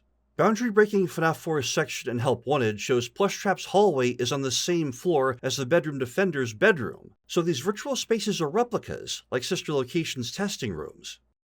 Sister Location has 3 separate rooms for the 3 FNAF 4 protagonists. William in fun with Plushtrap, reliving the day he faced off against possessed Barefront Spring Bonnie in the hallway before the FNAF 2 office. Michael Afton as the crying child bite victim in town. And the bedroom defender, defending the Freddy plushie on his bed that symbolizes the bite victim from all the monsters gathering around. All 3 are connected together at the same time. If William defeats Plushtrap, it shaves 2 hours off the bedroom defender's night. And if the bedroom defender wins, it advances Michael's story in town. The Plushtrap Wrangler and bedroom defender keep fighting Nightmare even after Michael dies, quote-unquote, and goes to FNAF World on Night 6. William stayed connected to the corrupted family network as long as he was in Springtrap. So after Michael escaped FNAF 4 and FNAF World, he returned to the real world to get William out of Springtrap, freeing both of them from this horrific virtual realm. The bedroom defender is the only one who didn't escape. So they're still here in this virtual hell made of FNAF 4, FNAF World, and Ultimate Custom Night, which means they're a viewpoint character in UCN. Who are they? The FNAF 4 bedroom is called Norman's Room, possibly a nod to horror icon Norman Bates. Each closet version of a person has their own name, so a new name isn't surprising. He isn't named Ralph, but there's a twist later that might explain that. Regardless, Phone Guy is the only other person we know who was devoured by Shadow Freddy. UCN gives us several clues about our identity. We're from FNAF 4 because Nightmare Fredbear says, "This time, there is more than an illusion to fear." We've encountered Nightmare Fredbear before. Nightmare Freddy also says, "I am remade, but not by you, by the one you should not have killed." We're someone who has remade animatronics, like Freddy, into monsters. William's classic robots had 4 fingers, but the remade corrupted nightmares have 5. Normally, fingers aren't rendered on sprites because FNAF uses a minimalist style that only shows details we need to know. But FNAF 4 makes an exception, because the sprite of the person who jump scares the crying child at home while wearing the Foxy mask has 4 deliberately rendered fingers. This is not older brother Foxy. They have a bright red head with a straight set of upper teeth, but this Foxy has dark eyes and a crooked set of upper and lower teeth. There are also subtle changes to their hair and outfit. This man who lives in Michael's house and wears the same color of Foxy that William did in Go Go Go is the 4-fingered man who made the original animatronics, not the 5-fingered man who remade them into monsters. This is grandfather William, not older brother Henry, even if there is a resemblance. Perhaps William cut off 2 of his fingers for science when he made Michael the clone and Henry the inversion. The puppet says she recognizes us and used to fear us, but doesn't anymore. Puppet Charlie never feared William. He sacrificed the remnant he put into the puppet to save her. The puppet says she doesn't hate us, but we need to stay out of her way, a reference to the Living Tombstone's song Die in a Fire. The puppet doesn't hate anyone, not even the Magenta Man who attacked her, but we're someone who gave her a reason to. Rockstar Foxy, the latest incarnation of Henry's early avatar and one of the series' angriest and most dangerous robots, actually helps our UCN protagonists sometimes, providing buffs that can make or break a run.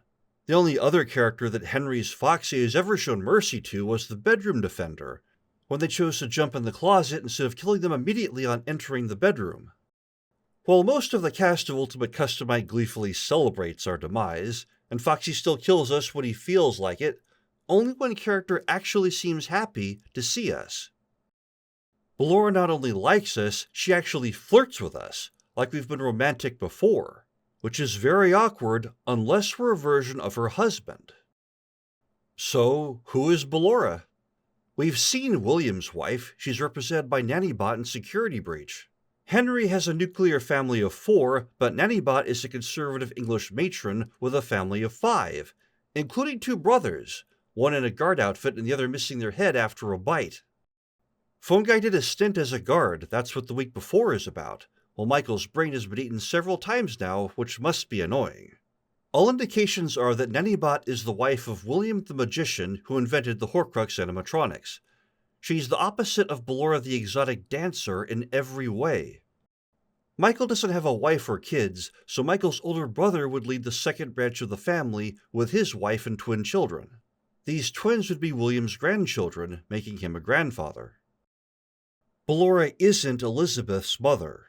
Baby, or at least an entity pretending to be Baby, calls Ballora Ballora instead of Mommy, even as she calls the person she believes to be William Daddy. Ballora is also the mother of the puppet-like mini-Renas, making her the best candidate for the mother of the big puppet, Charlie. A bust that resembles Ballora in half-human form sits opposite Charlie's dorm room project in Sister Location's control module, with a big bold magenta base showing off Henry's color. Ballora is Henry's wife, and she's flirting with us because we're a version of her husband. But we're not the prime version of Henry.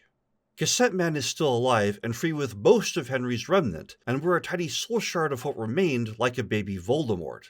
We're so small we literally fit into the mouths of Nightmare Balloon Boy, Nightmare, and Nightmare Chica, who make a point of munching on us, then vomiting us back to relive our horror. We're not adult Henry, but one of his outgrown younger closet forms.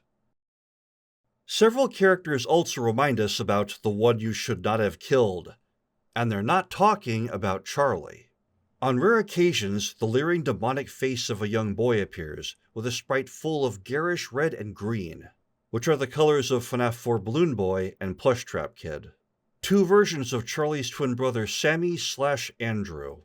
Sammy never wanted to be a robot, but had that fate forced on him later that night by Henry's third closet form, the Magenta Man, when he returned to his house to visit his terrified young son in the first story told by Midnight Motorist. We're the one who killed Sammy and turned him into Balloon Boy, so both of our twins could grow up together as the android children BB and JJ. We gave them the gift of robotic immortality, without thinking to ask if that's what both of them wanted. At the end of UCN's Ultimate Challenge, we finally get to see where we've really been this whole time. Inside the stomach of FNAF 1 Yellow Bear, who devoured Phone Guy the week before FNAF 1. Those who don't follow the golden rule still have to deal with karma. Phone Guy isn't a random NPC, but a key character in the story, and the week before reminds us of how he fits into the bigger picture. It's been a long, colorful journey, and I know there's a lot to remember. So here's the full summary of my timeline. Kid William escaped an abusive family in England in the early 1900s. He made an animatronic who could withstand the rain and burrow into the ground who helped him escape the Yellow Orange Man's house, then fled to America. In the US, he made Fredbear's singing show in the black and white era, and many other projects in the half-century between then and the opening of the small, square Freddy Fazbear's Pizza Place in 1972. William was a mad scientist who experimented with Remnant. He created his eldest son Henry out of some of his own Remnant, but Henry turned into an inversion of William instead of a copy. Henry grew up and married the woman who would become Ballora. William tried to copy himself again and create his younger son Michael in his own image, about the same time Henry and Ballora had their twins Sammy and Charlie. William loved his family and wanted them to live forever, so he made each one a springsuit character they could wear and infuse with the Remnant to create their own backup copies. He created a second version of Foxy for Henry similar to his own, gifted the star Freddy to Michael, made Bonnie for Sammy, and built classic Chica for Charlie. He planned to give each kid their gifts at an upcoming birthday party 20 years before FNAF 1. But Henry wanted to be Freddy and resented his younger brother getting the star character. A rift opened in the once harmonious family, dividing Henry's side from the others. Henry's daughter Charlie/Cassidy looked forward to becoming a robot, but her twin brother was afraid of them and stayed home that night, so Charlie went to the party alone. Michael and the other children barred the door and pinned the puppet under heavy boxes before she arrived, locking her out in the pouring rain. Henry, still in his third closet teen form, drove Charlie to the party using his father William's purple car and became enraged as he watched how the others treated her. In his anger and pain, he came up with a spur-of-the-moment plan to punish the father who disinherited him, the spoiled younger brother who abused his daughter, and grant Charlie the robotic immortality the others denied her. He drove up, stabbed Charlie with a silver knife, and stayed as long as he dared, draining her remnant, before burning rubber as he fled to make sure the crime was discovered, while the puppet freed itself from the boxes and flowed out to absorb what was left of Charlie. Henry drove his father's purple car back to their house, then made sure both of his twins grew up to become immortal android children together by doing to Sammy what he'd done to Charlie, turning Sammy into the one he should not have killed. He then built BB and JG from the remnant of his twins, animating their first closet forms. Henry didn't realize he'd only extracted part of his daughter's soul, splitting it in two, and denied for a long time that William's puppet also contained part of Charlie. JG Charlie grew up spoiled by Henry, while Puppet Charlie spent most of her time in a box. This is another departure from the Mirror Universe trilogy, where good Charlie grew up with a loving family, while evil Charlie got sealed away. Charlie wanted to bond with classic Chica, but fate had other plans, so a boy who joined the family after 1972 inherited Charlie's unused robot. Take Cake to the Children ruined the reputation of Freddy Fazbear's Pizza Place, so William and Afton Robotics struggled to keep it open for years. While William tried to protect the family's secret by hiding what his robots could do, Henry founded his own company, Fazbear Entertainment, and flaunted everything he had.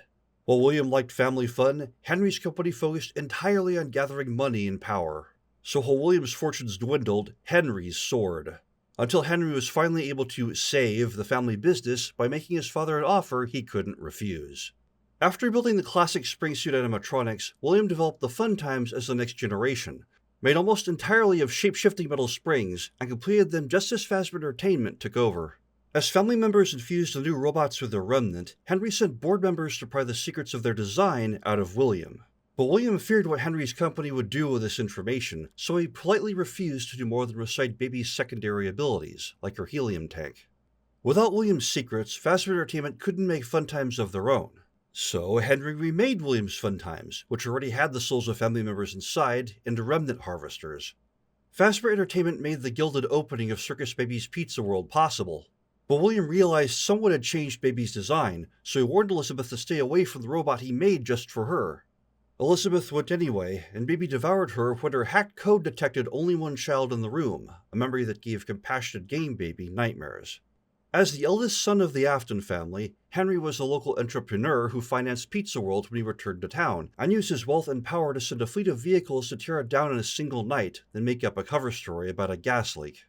Fazbear Entertainment built an underground bunker for the Fun Times, and created Circus Baby's Entertainment and Rental to look after the Fun Times and prepare them for the next assignment, by infecting them all with a hacked code that remade Baby. But William never forgave Henry's company for what it did to his daughter. The next two-company association was Fredbear's Family Diner around 1982. It was the first franchise that licensed Freddy's classic characters from William, which Henry used to create Fredbear and Spring Bonnie as superior, quote-unquote, golden imitations. Henry couldn't be Freddy, so he made his new avatar Fredbear better than Freddy. Then he made his younger brother Michael, the real Freddy, work at Fredbear's as a guard. Henry also upgraded to his fourth closet form of Cassette Man and took Fredbear as his new avatar, while his outgrown Magenta Man third closet form became Phone Guy, who still used Foxy as his avatar and had serious memory problems after the Remnant drain. Henry was still fond of Foxy, so he built a special area just for him at Fredbear's, away from the rest of the divided family. In 1983, Fredbear's launched their promotional cartoon, Fredbear and Friends. William's Foxy, the future Mangle, took Spring Bonnie's place beside Henry/Fredbear. Fazbear Entertainment built their first Freddy's in summer 1983 as the first opening of Phone Guy's new and improved Freddy's. Henry needed someone he could trust, so he hired a younger version of himself. William Afton took the night guard shift in the first week. That week, several terrible things happened. The multiple spring-lock failure incident hit Fredbear's. Potential victims are William's wife and Brown Spring Bonnie, hinted as a victim of an attack from the Twisted Ones, and possibly the second hit on Mangle, and Cassette Man himself, which would explain Henry's sudden disappearance and William's increasing rage. Phone Guy ordered the new Freddy's not to activate or wear any of the classic spring suits they had in store, while their technician, William, looked at them. Phone Guy ordered hasty and complete replacements, like Barefront Spring Bonnie. The week before says another bite happened at Fredbear's near this time, where an older brother hauled their younger brother up to Fredbear's mouth in one of the memories that combined to form the FNAF 4 bite. On Sunday, June 26, 1983, William stuffed versions of Henry's twins into the available golden suits at Freddy's. Sammy/Andrew haunted Bear Front Spring Bonnie to become Shadow Bonnie, while JG Charlie/Cassidy got Fredbear and became Shadow Freddy. William probably wanted revenge on Henry for what his company did to Elizabeth, and perhaps his wife as well. Unfortunately, revenge never makes anything better and always makes it worse. The Shadows vowed to get counter-revenge on William, even if they had to kill other innocent kids to do it. 5 android Afton kids repeatedly watched William wear his version of Foxy while giving performances in the secret room. The third time Foxy's show lured them in, Shadow Freddy used her anti-puppet powers to enter the room first. She might have 83'd young Michael, turning him into the real Golden Freddy, then killed the other 4 and teleported away before William arrived to discover the 5 kids were already dead. Phone Guy, wearing Henry's discarded third-closet Magenta Man body, watched William enter. With no security camera in the secret room, William couldn't prove he didn't kill the kids. There was also no record of the puppet hiding the available bodies in the robots. After Shadow Freddy took Michael, 4 robots and 4 kids' souls remained. The puppet put young Henry, young Sammy, and classic Chica's kid into the robots they already owned, but had to stuff young JJ Charlie into Michael's Freddy, infecting Freddy with a piece of the soul of Shadow Freddy's kid. Michael Afton took the second week in summer 1983, using the fake name Jeremy Fitzgerald. Phone Guy congratulated him on his new summer job and warned him that the new Freddy's didn't have closable security doors or limited building power like the Fredbear/future FNAF 1 building he knew. The MCI robots were in good repair when they were stuffed. Bonnie still had his face. But the Terminator-style synthetic flesh of the android Afton kids stayed alive after being stuffed, and continued to generate blood and mucus, causing the health problems that soon closed the first opening of the new Freddy's, as people accurately compared the robots to reanimated corpses. Fredbear's closed the same year, probably from fallout from the Springlock failure incident and Fredbear biting a kid on stage. 4 years later, in November 1987, Fazbear Entertainment launched the grand reopening of the vintage New Freddy's. After 4 years, the MCA robots were now withered, and Henry used parts of them to make the toys for his daughter, as he adjusted to his new circumstances of a soul trapped in a spring suit. Pirates Cove got remodeled into Kids Cove, still directly west of FNAF 2's secret room, and Shadow Freddy was now the new management of Freddy's. William returned for the first week again, using a fake name to avoid Fazbear Entertainment's ban on previously dismissed employees. William was a convict now, and the robots were looking for his face, so he hacked their facial recognition. This time, Shadow Bonnie caused the massacre during William's week, killing 6 other closet versions of Afton kids, whose names are on the 6 Lorekeeper tombstones of FNAF 6. He left 5 bodies in blind spots where the cameras couldn't see, along with 6 pools of blood. A pool hidden under the puppets box shows what happened to body number 6. William stopped Barefront Spring Bonnie with a flashlight in the hallway before FNAF 2's office, in a memory that became Fun with Plushtrap. Afterwards, William turned off all the robots except the puppet and Mangle, fearing that the rest were being controlled by someone. Possessed robots chased William to the day shift again, leaving week 2 for Michael once more. Michael/Jeremy's situation in the actual game FNAF 2 was so similar to his earlier 1983 shift that Phone Guy lazily replayed the same Night 1 tape. But the other tapes unfolded in real time, and were personally aimed at Michael because Phone Guy omitted his usual all-staff sign-off. William told Phone Guy nothing had happened at first, leaving him in the dark about Save Them. William knew his true identity would be compromised if the police interviewed him. But the investigation intensified, causing the new Freddy's to go into lockdown on Night 5. William used his knowledge of the Afton family's secret passages to leave anyway. Phone Guy privately sent Michael a memo that he should leave too, but Michael ignored it, as the two disagreed about so many things. The dark side of Charlie still held a grudge against Michael for locking her out of the party. Management ordered Phone Guy to transfer Michael to an improbable day-shift birthday party she made just for him, and Phone Guy reluctantly ordered Michael to attend. Michael wore his uniform and stood as close to the staff-hating robots as possible, and became the Bite of 87 victim when Fredbear devoured a third version of him. Michael entered a limbo state halfway between life and death, his body still in the real world while Shadow Freddy tormented his mind in the FNAF 4 Afton Family network. On Night 7, William snuck back into the new Freddy's under the new fake name Fritz Smith. He was the third guard hired according to his pink slip, so William and Jeremy were the only guards before him. William used his knowledge as a single technician at Freddy's to tinker with the hacked robots to try and fix them, creating a custom night. But he couldn't fix them, and got a pink slip for tampering and odor. FNAF 2 closed after Night 7 after only being open a few short weeks. It was only open 2 weeks in 1987, so it might have been open a few short weeks in total. The FNAF AR Fast Facts talk about a pizza pull from 1988 to 1993. This is the best estimate I have for how long FNAF 1 was open. Ralph and Dave/William had 39 Employee of the Month awards between them, totaling over 3 years, so the 5-year estimate works if a few others also won the awards. Shadow Freddy, the new management of Freddy's, reopened Fredbear's as FNAF 1 in 1988. The building still had its original security doors and limited power, but JJ Charlie altered her father's design further by turning Foxy's special area into a prison, then blocked the emergency exit behind the office. Foxy was Phone Guy's favorite robot, but the phone guy, quote-unquote, Mike Schmidt heard over the phone, never called Foxy by name, only coldly referring to him as the character. Phone Guy was dead by the time Mike arrived, and management was mimicking his familiar voice over the phone with a different personality. FNAF 1 hired minimum wage night guards, then slaughtered them for Remnant every 90 days. Few guards heard the Night 3 call because most didn't survive Night 1. Fazbear Entertainment stopped issuing ID cards for night guards because they knew they'd only be used once. If Ralph is the real phone guy, he took the shift just before Mike Schmidt in November 1992. Yellowbear's unique roar ended the Night 4 call as Shadow Freddy devoured him. With Henry missing, Michael comatose, and Phone Guy dead, William was the last FNAF 2 cast member left. So William came back, once again, using the fake name Mike Schmidt. FNAF 1 is a death match between William, the original Freddy, and Shadow Freddy, a vengeful, twisted, Eleanor-like version of his granddaughter who's trying to take his place. As long as William stayed in the hot seat, no other guards would die, and he'd have another chance to fix the robots and free the souls of his family. Management sent William the tape of her killing Phone Guy on Night 4, then roared into the phone on Night 5 so he knew she'd killed a version of his eldest son. But William persevered, and finished the week, then earned a huge Employee of the Month reward check on Night 6 when Michael only got a single night's bonus in FNAF 2. Mike Schmidt worked at FNAF 1 for some time, and got Employee of the Month awards just like William's other persona, Dave the Maintenance Guy. Dave tried to tamper with robots again on Night 7, once again using his single technician powers to adjust the robots for a custom night, but got fired for the same reasons Fritz Smith did, tampering and odor. FNAF 1 closed down a year later in 1993.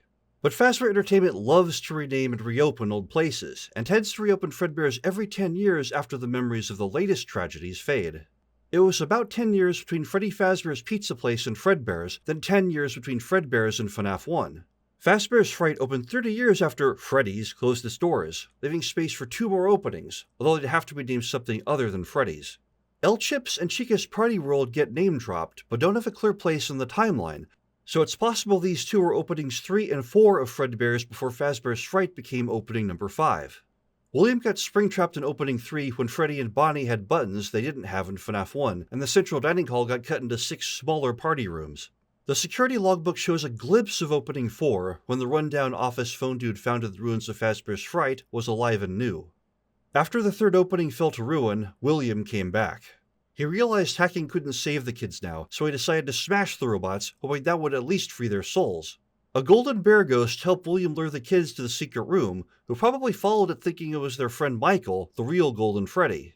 But 8-bit vision shows this was actually Shadow Freddy, who seems an evil twin of Golden Freddy when viewed in first-person perspective.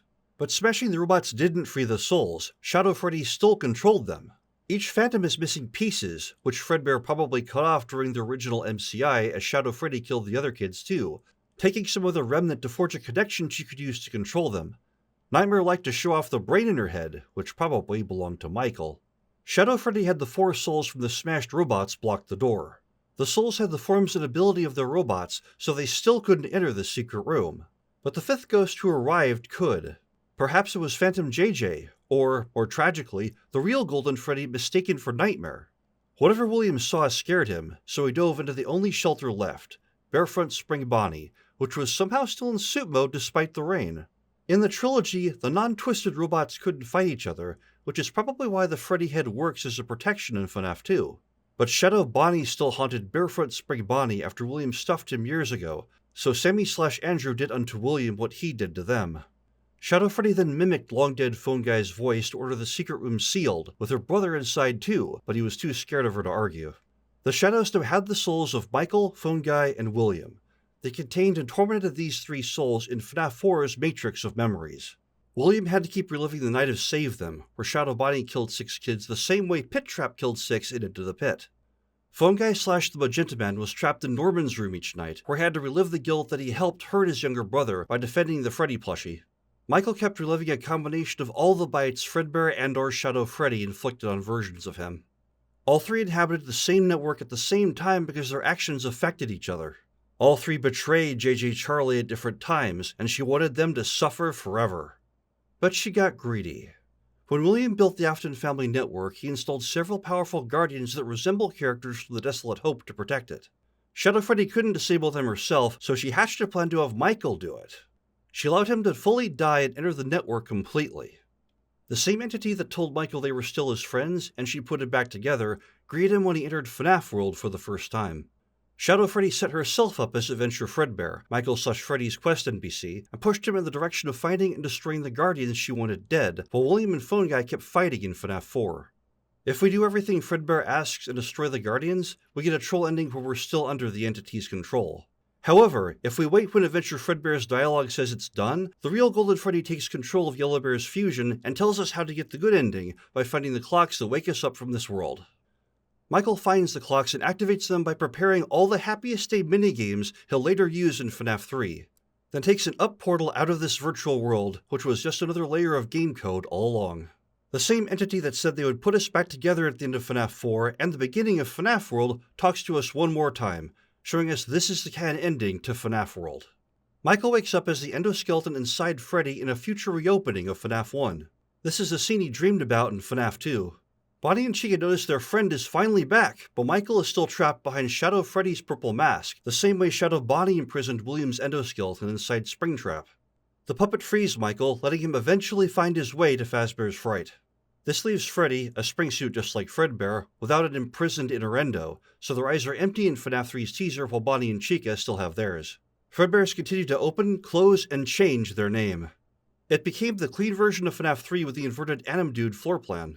Someone opened the secret room, removed the 3 arcades, and gave Springtrap a makeover with a button to make him look more like Stage 01's Spring Bonnie. Management then sealed the fusion of William and Sammy away again for Phone Dude to discover. Shadow Bonnie was afraid of Nightmare, so he complied. Michael joined Phone Dude's team excavating the ruins of Fredbear's 4th opening. Michael was well over 50 at this point, but as an immortal android who grew his synthetic flesh, he still looked like a teen, so Phone Dude treated him like a peer. FNAF 3 doesn't have a custom night because Michael hadn't learned his father's technician's skills yet, as William was their one technician. Nightmare mode replaces Night 6 instead, as Nightmare keeps making cameo appearances while Phantom JG keeps smiling at us eyelessly from the monitor. Michael helped start all the turmoil when he locked Charlie out and take cake to the children. Shadow Freddy still had a hold on the other children and wouldn't let go until she could rest as well. So Michael gathered the lost souls of the kids, got Mangle to build a cake, and threw a new birthday party for the crying child in the Fredbear mask to make up for the one he denied her years ago. Shadow Freddy, JJ Charlie, finally stopped crying and released her hold on the others so everyone could move on together, including Puppet Charlie, whose mask floated to the ground, smiling. And that is how the 4 Games 1 story ended. The later games continue from the bad ending of FNAF 3. Michael saved William from Springtrap, then set fire to Fazbear's Fright to try and kill the Shadow's Remnant. But Shadow Remnant/Agony is more resistant to heat and negativity than the normal kind, so the Shadows survived, and Shadow Bonnie emerged as Dark Springtrap. Once free of his decades of imprisonment, William made shutting down Circus Baby's entertainment and rental his top priority. He infiltrated the now ancient sister location bunker and built the Biddy Bab shelter Michael found and used on his run, as Michael once again followed his father into danger. As an android, Michael didn't breathe or have a heartbeat while he was unconscious in the Night 4 Funtime Chica springsuit, and used extra human powers to move the spring locks without his hands. He sent Funtime Freddy back to sleep by imitating Bon Bon's voice, while Dummy Voice spread confusion by pretending to be Baby. Imitating other family members is an Afton Family tradition. The mini-Ritas crawled down Michael's throat in Night 4, then stripped off his synthetic flesh on Night 5 to prepare his metal endo for scooping. Michael smuggled Ennard out, then went to try and find William again. Seabear and/or Hand Unit notified Cassette Man that the Funtimes had finally escaped after decades of being forced to kill people to collect Remnant. Cassette Man returned as the CEO of Fazbear Entertainment, and decided to retire Shadow Freddy from management as well as life. He remade Shadow Freddy's current shell, Yendo, into Lefty and sent her after the puppet. Cassette Man pretended to be William in his calls to the rest of the family, who trusted the voice of their clan grandfather and voluntarily went to Pizzeria Simulator. But Henry knew he couldn't trick the puppet, and that she didn't trust him, so he resorted to force instead. Dark Springtrap prepared himself into Springtrap before joining. He might have used pieces from Fredbear because his face is 50% Yellow Bear, although this might emphasize the close Remnant bond between the Shadow Twins. Lefty ate the security puppet with a bell hat instead of the real puppet, so Puppet Charlie is still around after FNAF 6. Henry wanted Michael to be the FNAF 6 guard, but his younger brother already talked to the real William and knew it was a trap. The robots spent months clawing on the walls trying to get into Pizzeria Simulator while Henry searched for another guard on the family network. Finally, someone else arrived. Molten Freddy called him a birthday boy. Scrap Baby recognized him, but he wasn't the one she expected to see. Henry said the position wasn't intended for him, but he understands why he might want to join the rest of the family and left a way out, even though he doesn't expect us to use it. We're a male member of the Afton family. Just before Pizzeria Simulator, the security logbook teased a picture of a broken-down ancient Classic Chica on their last page with no explanation. Classic Chica also somehow got into the security breach blob made from the molten Pizzeria Simulator robots. The Remnant and each robot seemed to revert to their earlier factory settings, since Scrap Baby turned back into Classic Baby, Bon Bon became Classic Bonnie, Funtime Foxy became Mangle, etc. But no version of Chica was an antagonist in FNAF 6. The only person left is the FNAF 6 guard. In the beginning of the game, Scrap Baby turns the vintage interactive attraction test back at us and gazes over the table as if we're also a classic robot that should be tested. Classic Chica's kid is the FNAF 4 bully, and they're definitely not Susie. That's why Classic Chica freaked out when Ralph called them Susie. It wasn't their name.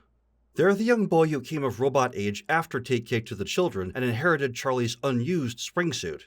Even after our protagonist dies in the overheated reopening of Freddy Fazbear's Pizza Place, he wakes up again to get the corporate congratulations and sign-off. Our Horcrux animatronic got trapped in the overheating building, but our android self is still safe. Our FNAF 6 protagonist, who wasn't Michael, is another immortal member of the Afton family. While the robots scrambled to escape, Molten Freddy and Scrap Baby found metal exits that blocked them, while Scraptrap found a wooden door he could break to escape. Dark Springtrap/Scraptrap/Shadow Bonnie is the one I believe became Glitch Trap, Burn Trap, and Mixes in Ruin. Lefty's fate doesn't appear at the end of Pizzeria Simulator, which I find concerning. In Help Wanted, Michael seems to have re-emerged. Tape Girl says a coworker named Jeremy got possessed by Glitch Trap while using the VR program and started talking to himself. He cut off his own face with a paper cutter, which would be challenging for a normal human with a nose bone, then calmly went back to work instead of screaming and/or bleeding to death like most people would. Scraptrap is very good at pretending to be William, so perhaps Michael believed he'd found William again and let him live rent-free in his head. Jeremy/Michael lost all his flesh back in Sister Location, so losing face is just an embarrassment. It also let Michael change his appearance and adopt a new face with a new persona. After lying to, mocking, cheating, lobotomizing, and ultimately killing a version of Classic Chica's kid, Henry made sure his company Fazbear Entertainment was no longer a corporate entity by turning it into a privately held LLC. Henry built the Pizza Plex on the ruins of Freddy Fazbear's Pizza Place, which itself was built on earlier, deeper places that Kid William probably made during his early adventures. Henry once again made Foxy a special place, and gave him his own Pirates of the Caribbean movie, letting the earlier version of himself be a star once again. Then, new management took over the Pizza Plex. Gregory, who was possessed by Glitch Trap just like Michael was, used his hacking skills to help Glitch Trap take over the Pizza Plex. Foxy got marginalized all over again, and got cut off from the daycare center which used to be part of his area. Most of his Sea Adventure props got put into storage all over the Pizza Plex, while Foxy himself vanished. Nightmare wasn't dead because she returned and gathered a legion of Nightmare staff bots to patrol the sewers and the computer network room hidden inside Fazerblast. When Gregory, quote-unquote, returned to the Pizza Plex, Glamrock Freddy could somehow sense him at a distance in the middle of his screaming crowd, before he had visual contact, when none of the other robots could. Gregory has a strong Remnant connection with Glamrock Freddy, and the story GGY suggests Gregory has had a history at the Pizza Plex for some time. When Glamrock Freddy sensed Gregory's return, the entity controlling the network immediately classified Gregory as a threat, and shut Glamrock Freddy down, worried that Gregory might be able to control him. Gregory snuck into Freddy's green room and used his knowledge of how spring suits work to board Glamrock Freddy like a mech, who even had equipment designed to let his pilot see out of his eyes. Baby and Funtime Freddy also had child-sized compartments inside them, but everyone assumed these were designed to devour kids, because that's the first thing Baby did when her pizzeria opened. William might have originally intended Baby to be Elizabeth's mech. Gregory cut himself on the spring locks inside Glamrock Freddy, which probably strengthened their Remnant connection again, and from that point onward, Freddy saw Gregory as a friend. Scratches on the inside of Freddy's green room window show another earlier kid wasn't so lucky. Nightmare kept a connection to the other robots and rallied them to hunt Gregory. Gregory heard a dark, reverberating voice talking to Roxy while crawling through the vents. It sounded like Roxy was talking to herself, but the dark, reverberating voice complimented Roxy to boost her confidence and solidify her control, while Roxy thanked the other voice for the compliments in her more natural tone, still unsure of herself. Before Gregory arrived, William used his old pseudonym Dave to infiltrate the Pizza Plex and left a message for Michael in the sister location room using Edwin Murray's triangle script. The graphic novels make Edwin look like a grandfatherly wizard, a bit like William the Magician and the Security Reach robot family. Edwin created the Mimic a lot like how William created Shadow Freddy the Mimicker. Edwin was another robotics genius with a small company who got bought out by Fazbear Entertainment and could only watch in horror as the big company uses technology in ways he never intended. Ultimately, Edwin, like William, tried to sneak in to right some wrongs. If Edwin was another name for William Afton, I wouldn't be surprised. Meanwhile, Phone Guy, a fragment of Henry's remnant that occupied his third closet Magenta Man body, remains trapped in the Afton Family network, where he went after Shadow Freddy devoured him the week before FNAF 1. Sammy still torments him as the one he should not have killed, later that night after returning from Take Cake to the Children.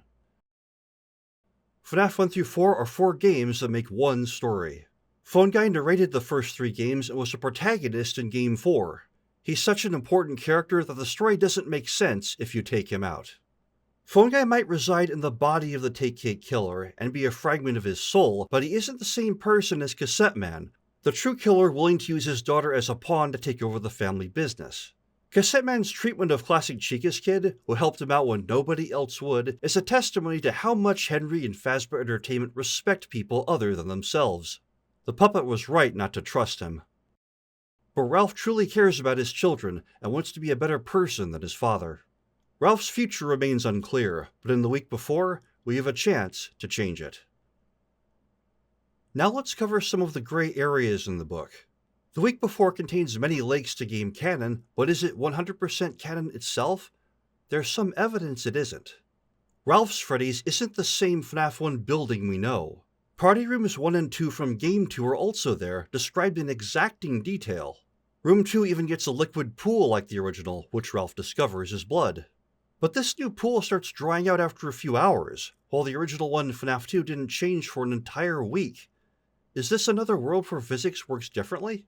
Scott, once again, is telling more than one story in a single setting.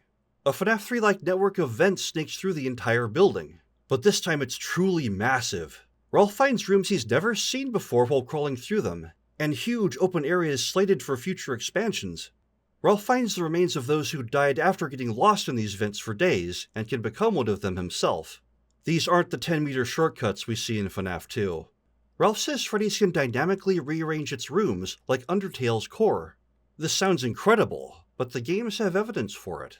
West Hall Camera 2A is a close match to Camera 2 in FNAF 3, and could have stayed the same while everything else around it changed. East Hall Camera 4A is there as Camera 5, but it's been moved and rotated 90 degrees like a Tetris piece. Security Breach has fixed points in space for every room and object, and if you go free walking you can use the doors and unloaded spaces to act as navigation beacons. This lets you notice interesting things, like how the banned doors in Kids Cove lead to the daycare center, which has artifacts from Kids Cove in it. If Foxy represents Henry, and Sun/Moon/Eclipse represents William, then the split between the two areas mirrors the division in the family. But everything changes in Ruin. In the base game, the block door at the bottom of the Bonnie Bowl staircase leads directly to Vanny's lair in the sky above Fazerblast, with a Nightmare plushie guarding the door. But in Ruin, these stairs lead to a completely different realm in the basement. Ruin isn't just a ruin, it's a transformation of the Pizza Plex. It's as if Freddy's building is a living thing that can grow and change. Remember all those creepy vein-like metal cables sprouting from the walls in FNAF 1 through 3? They connect those games like they're parts of a greater network. In the Fazbear Fright books, people hear slithering in the walls when they visit Freddy's ruins, as if something within is still alive. In The New Kid, Kelsey makes elaborate schemes to lure kids to the abandoned Freddys so Fredbear can eat them. The building can't move, so Kelsey brings soul food to it. Perhaps this is why Fazbear Entertainment keeps reopening the same places over and over and over despite the danger. This is the Afton Family network that connects everyone together, like those creepy paper dolls overhead. It can't move, so people have to feed it. Freddy's is a honeypot designed to feed a hungry bear. People are so busy laughing that they can't hear the occasional scream. The Freddy's in the week before is different from any other opening of Freddy's or Fredbear's. This is opening number 6, a mashup like the FNAF 4-Bite and Midnight Motorist, and it doesn't fit easily in the timeline. If the week before is canon to the game world, when does it take place? Game 3 noticed Disney trademarked the phrase, "the happiest day on Earth," in 1998, the upwards year when November 13th is also a Friday. If Ralph is worried about violating the trademark, it has to be 1998 or later. And it could be much later. Ralph finds 2014 on an ancient ticket in Pirate Cove. This location also requires guards to leave the office to do maintenance work. Again, this doesn't match any other known Freddy's. Then there's an issue with the bedroom defender. While heavily modified, the FNAF 4 bedroom uses an asset pack called Norman's Room. It could just be legacy code, or it could be a reference to horror icon Norman Bates who had his own house full of secrets. But it could suggest Phone Guy's name is Norman, not Ralph. We know how Afton kids leave their previous closet shells behind with new names and fragments of their own remnant. But what happens when it's time for one of these new fragment children to grow up? They have pieces of their original remnant parents, but have filled in their memory gaps with new life experiences and have become different people in their own right. Eventually, Henry's third closet Magenta Man frame would spawn another fourth closet version of its new self, and once again leave the Magenta Man behind with only remnant fragments and even more memory problems. A soul fragment in them that once belonged to William long ago might think nobody loves or understands the animatronics more than they do, but this fragment of a fragment might not understand why. Here, then, is my workaround for why Ralph's original set of phone calls 11 years earlier still called the location Freddy's. It's long after 1992, and Ralph isn't the original Phone Guy, he's a remnant son of Phone Guy. Ralph's memory is more fractured than ever because it's experienced severe remnant drain twice. Capellia would be Ralph's Charlie, which explains why Shadow Freddy has such a powerful interest in her, but Ralph vowed he'd be a better father to his daughter than Norman was to him. And by extension, a better father than Henry was to Norman, Sammy, or Charlie. And no matter what ending Ralph gets in the book, he succeeded at that. There are a lot of possibilities. What do you think? Thank you for sticking with my channel as I keep exploring the mysteries of Five Nights at Freddy's. FNAF can be solved, and we're going to do it together.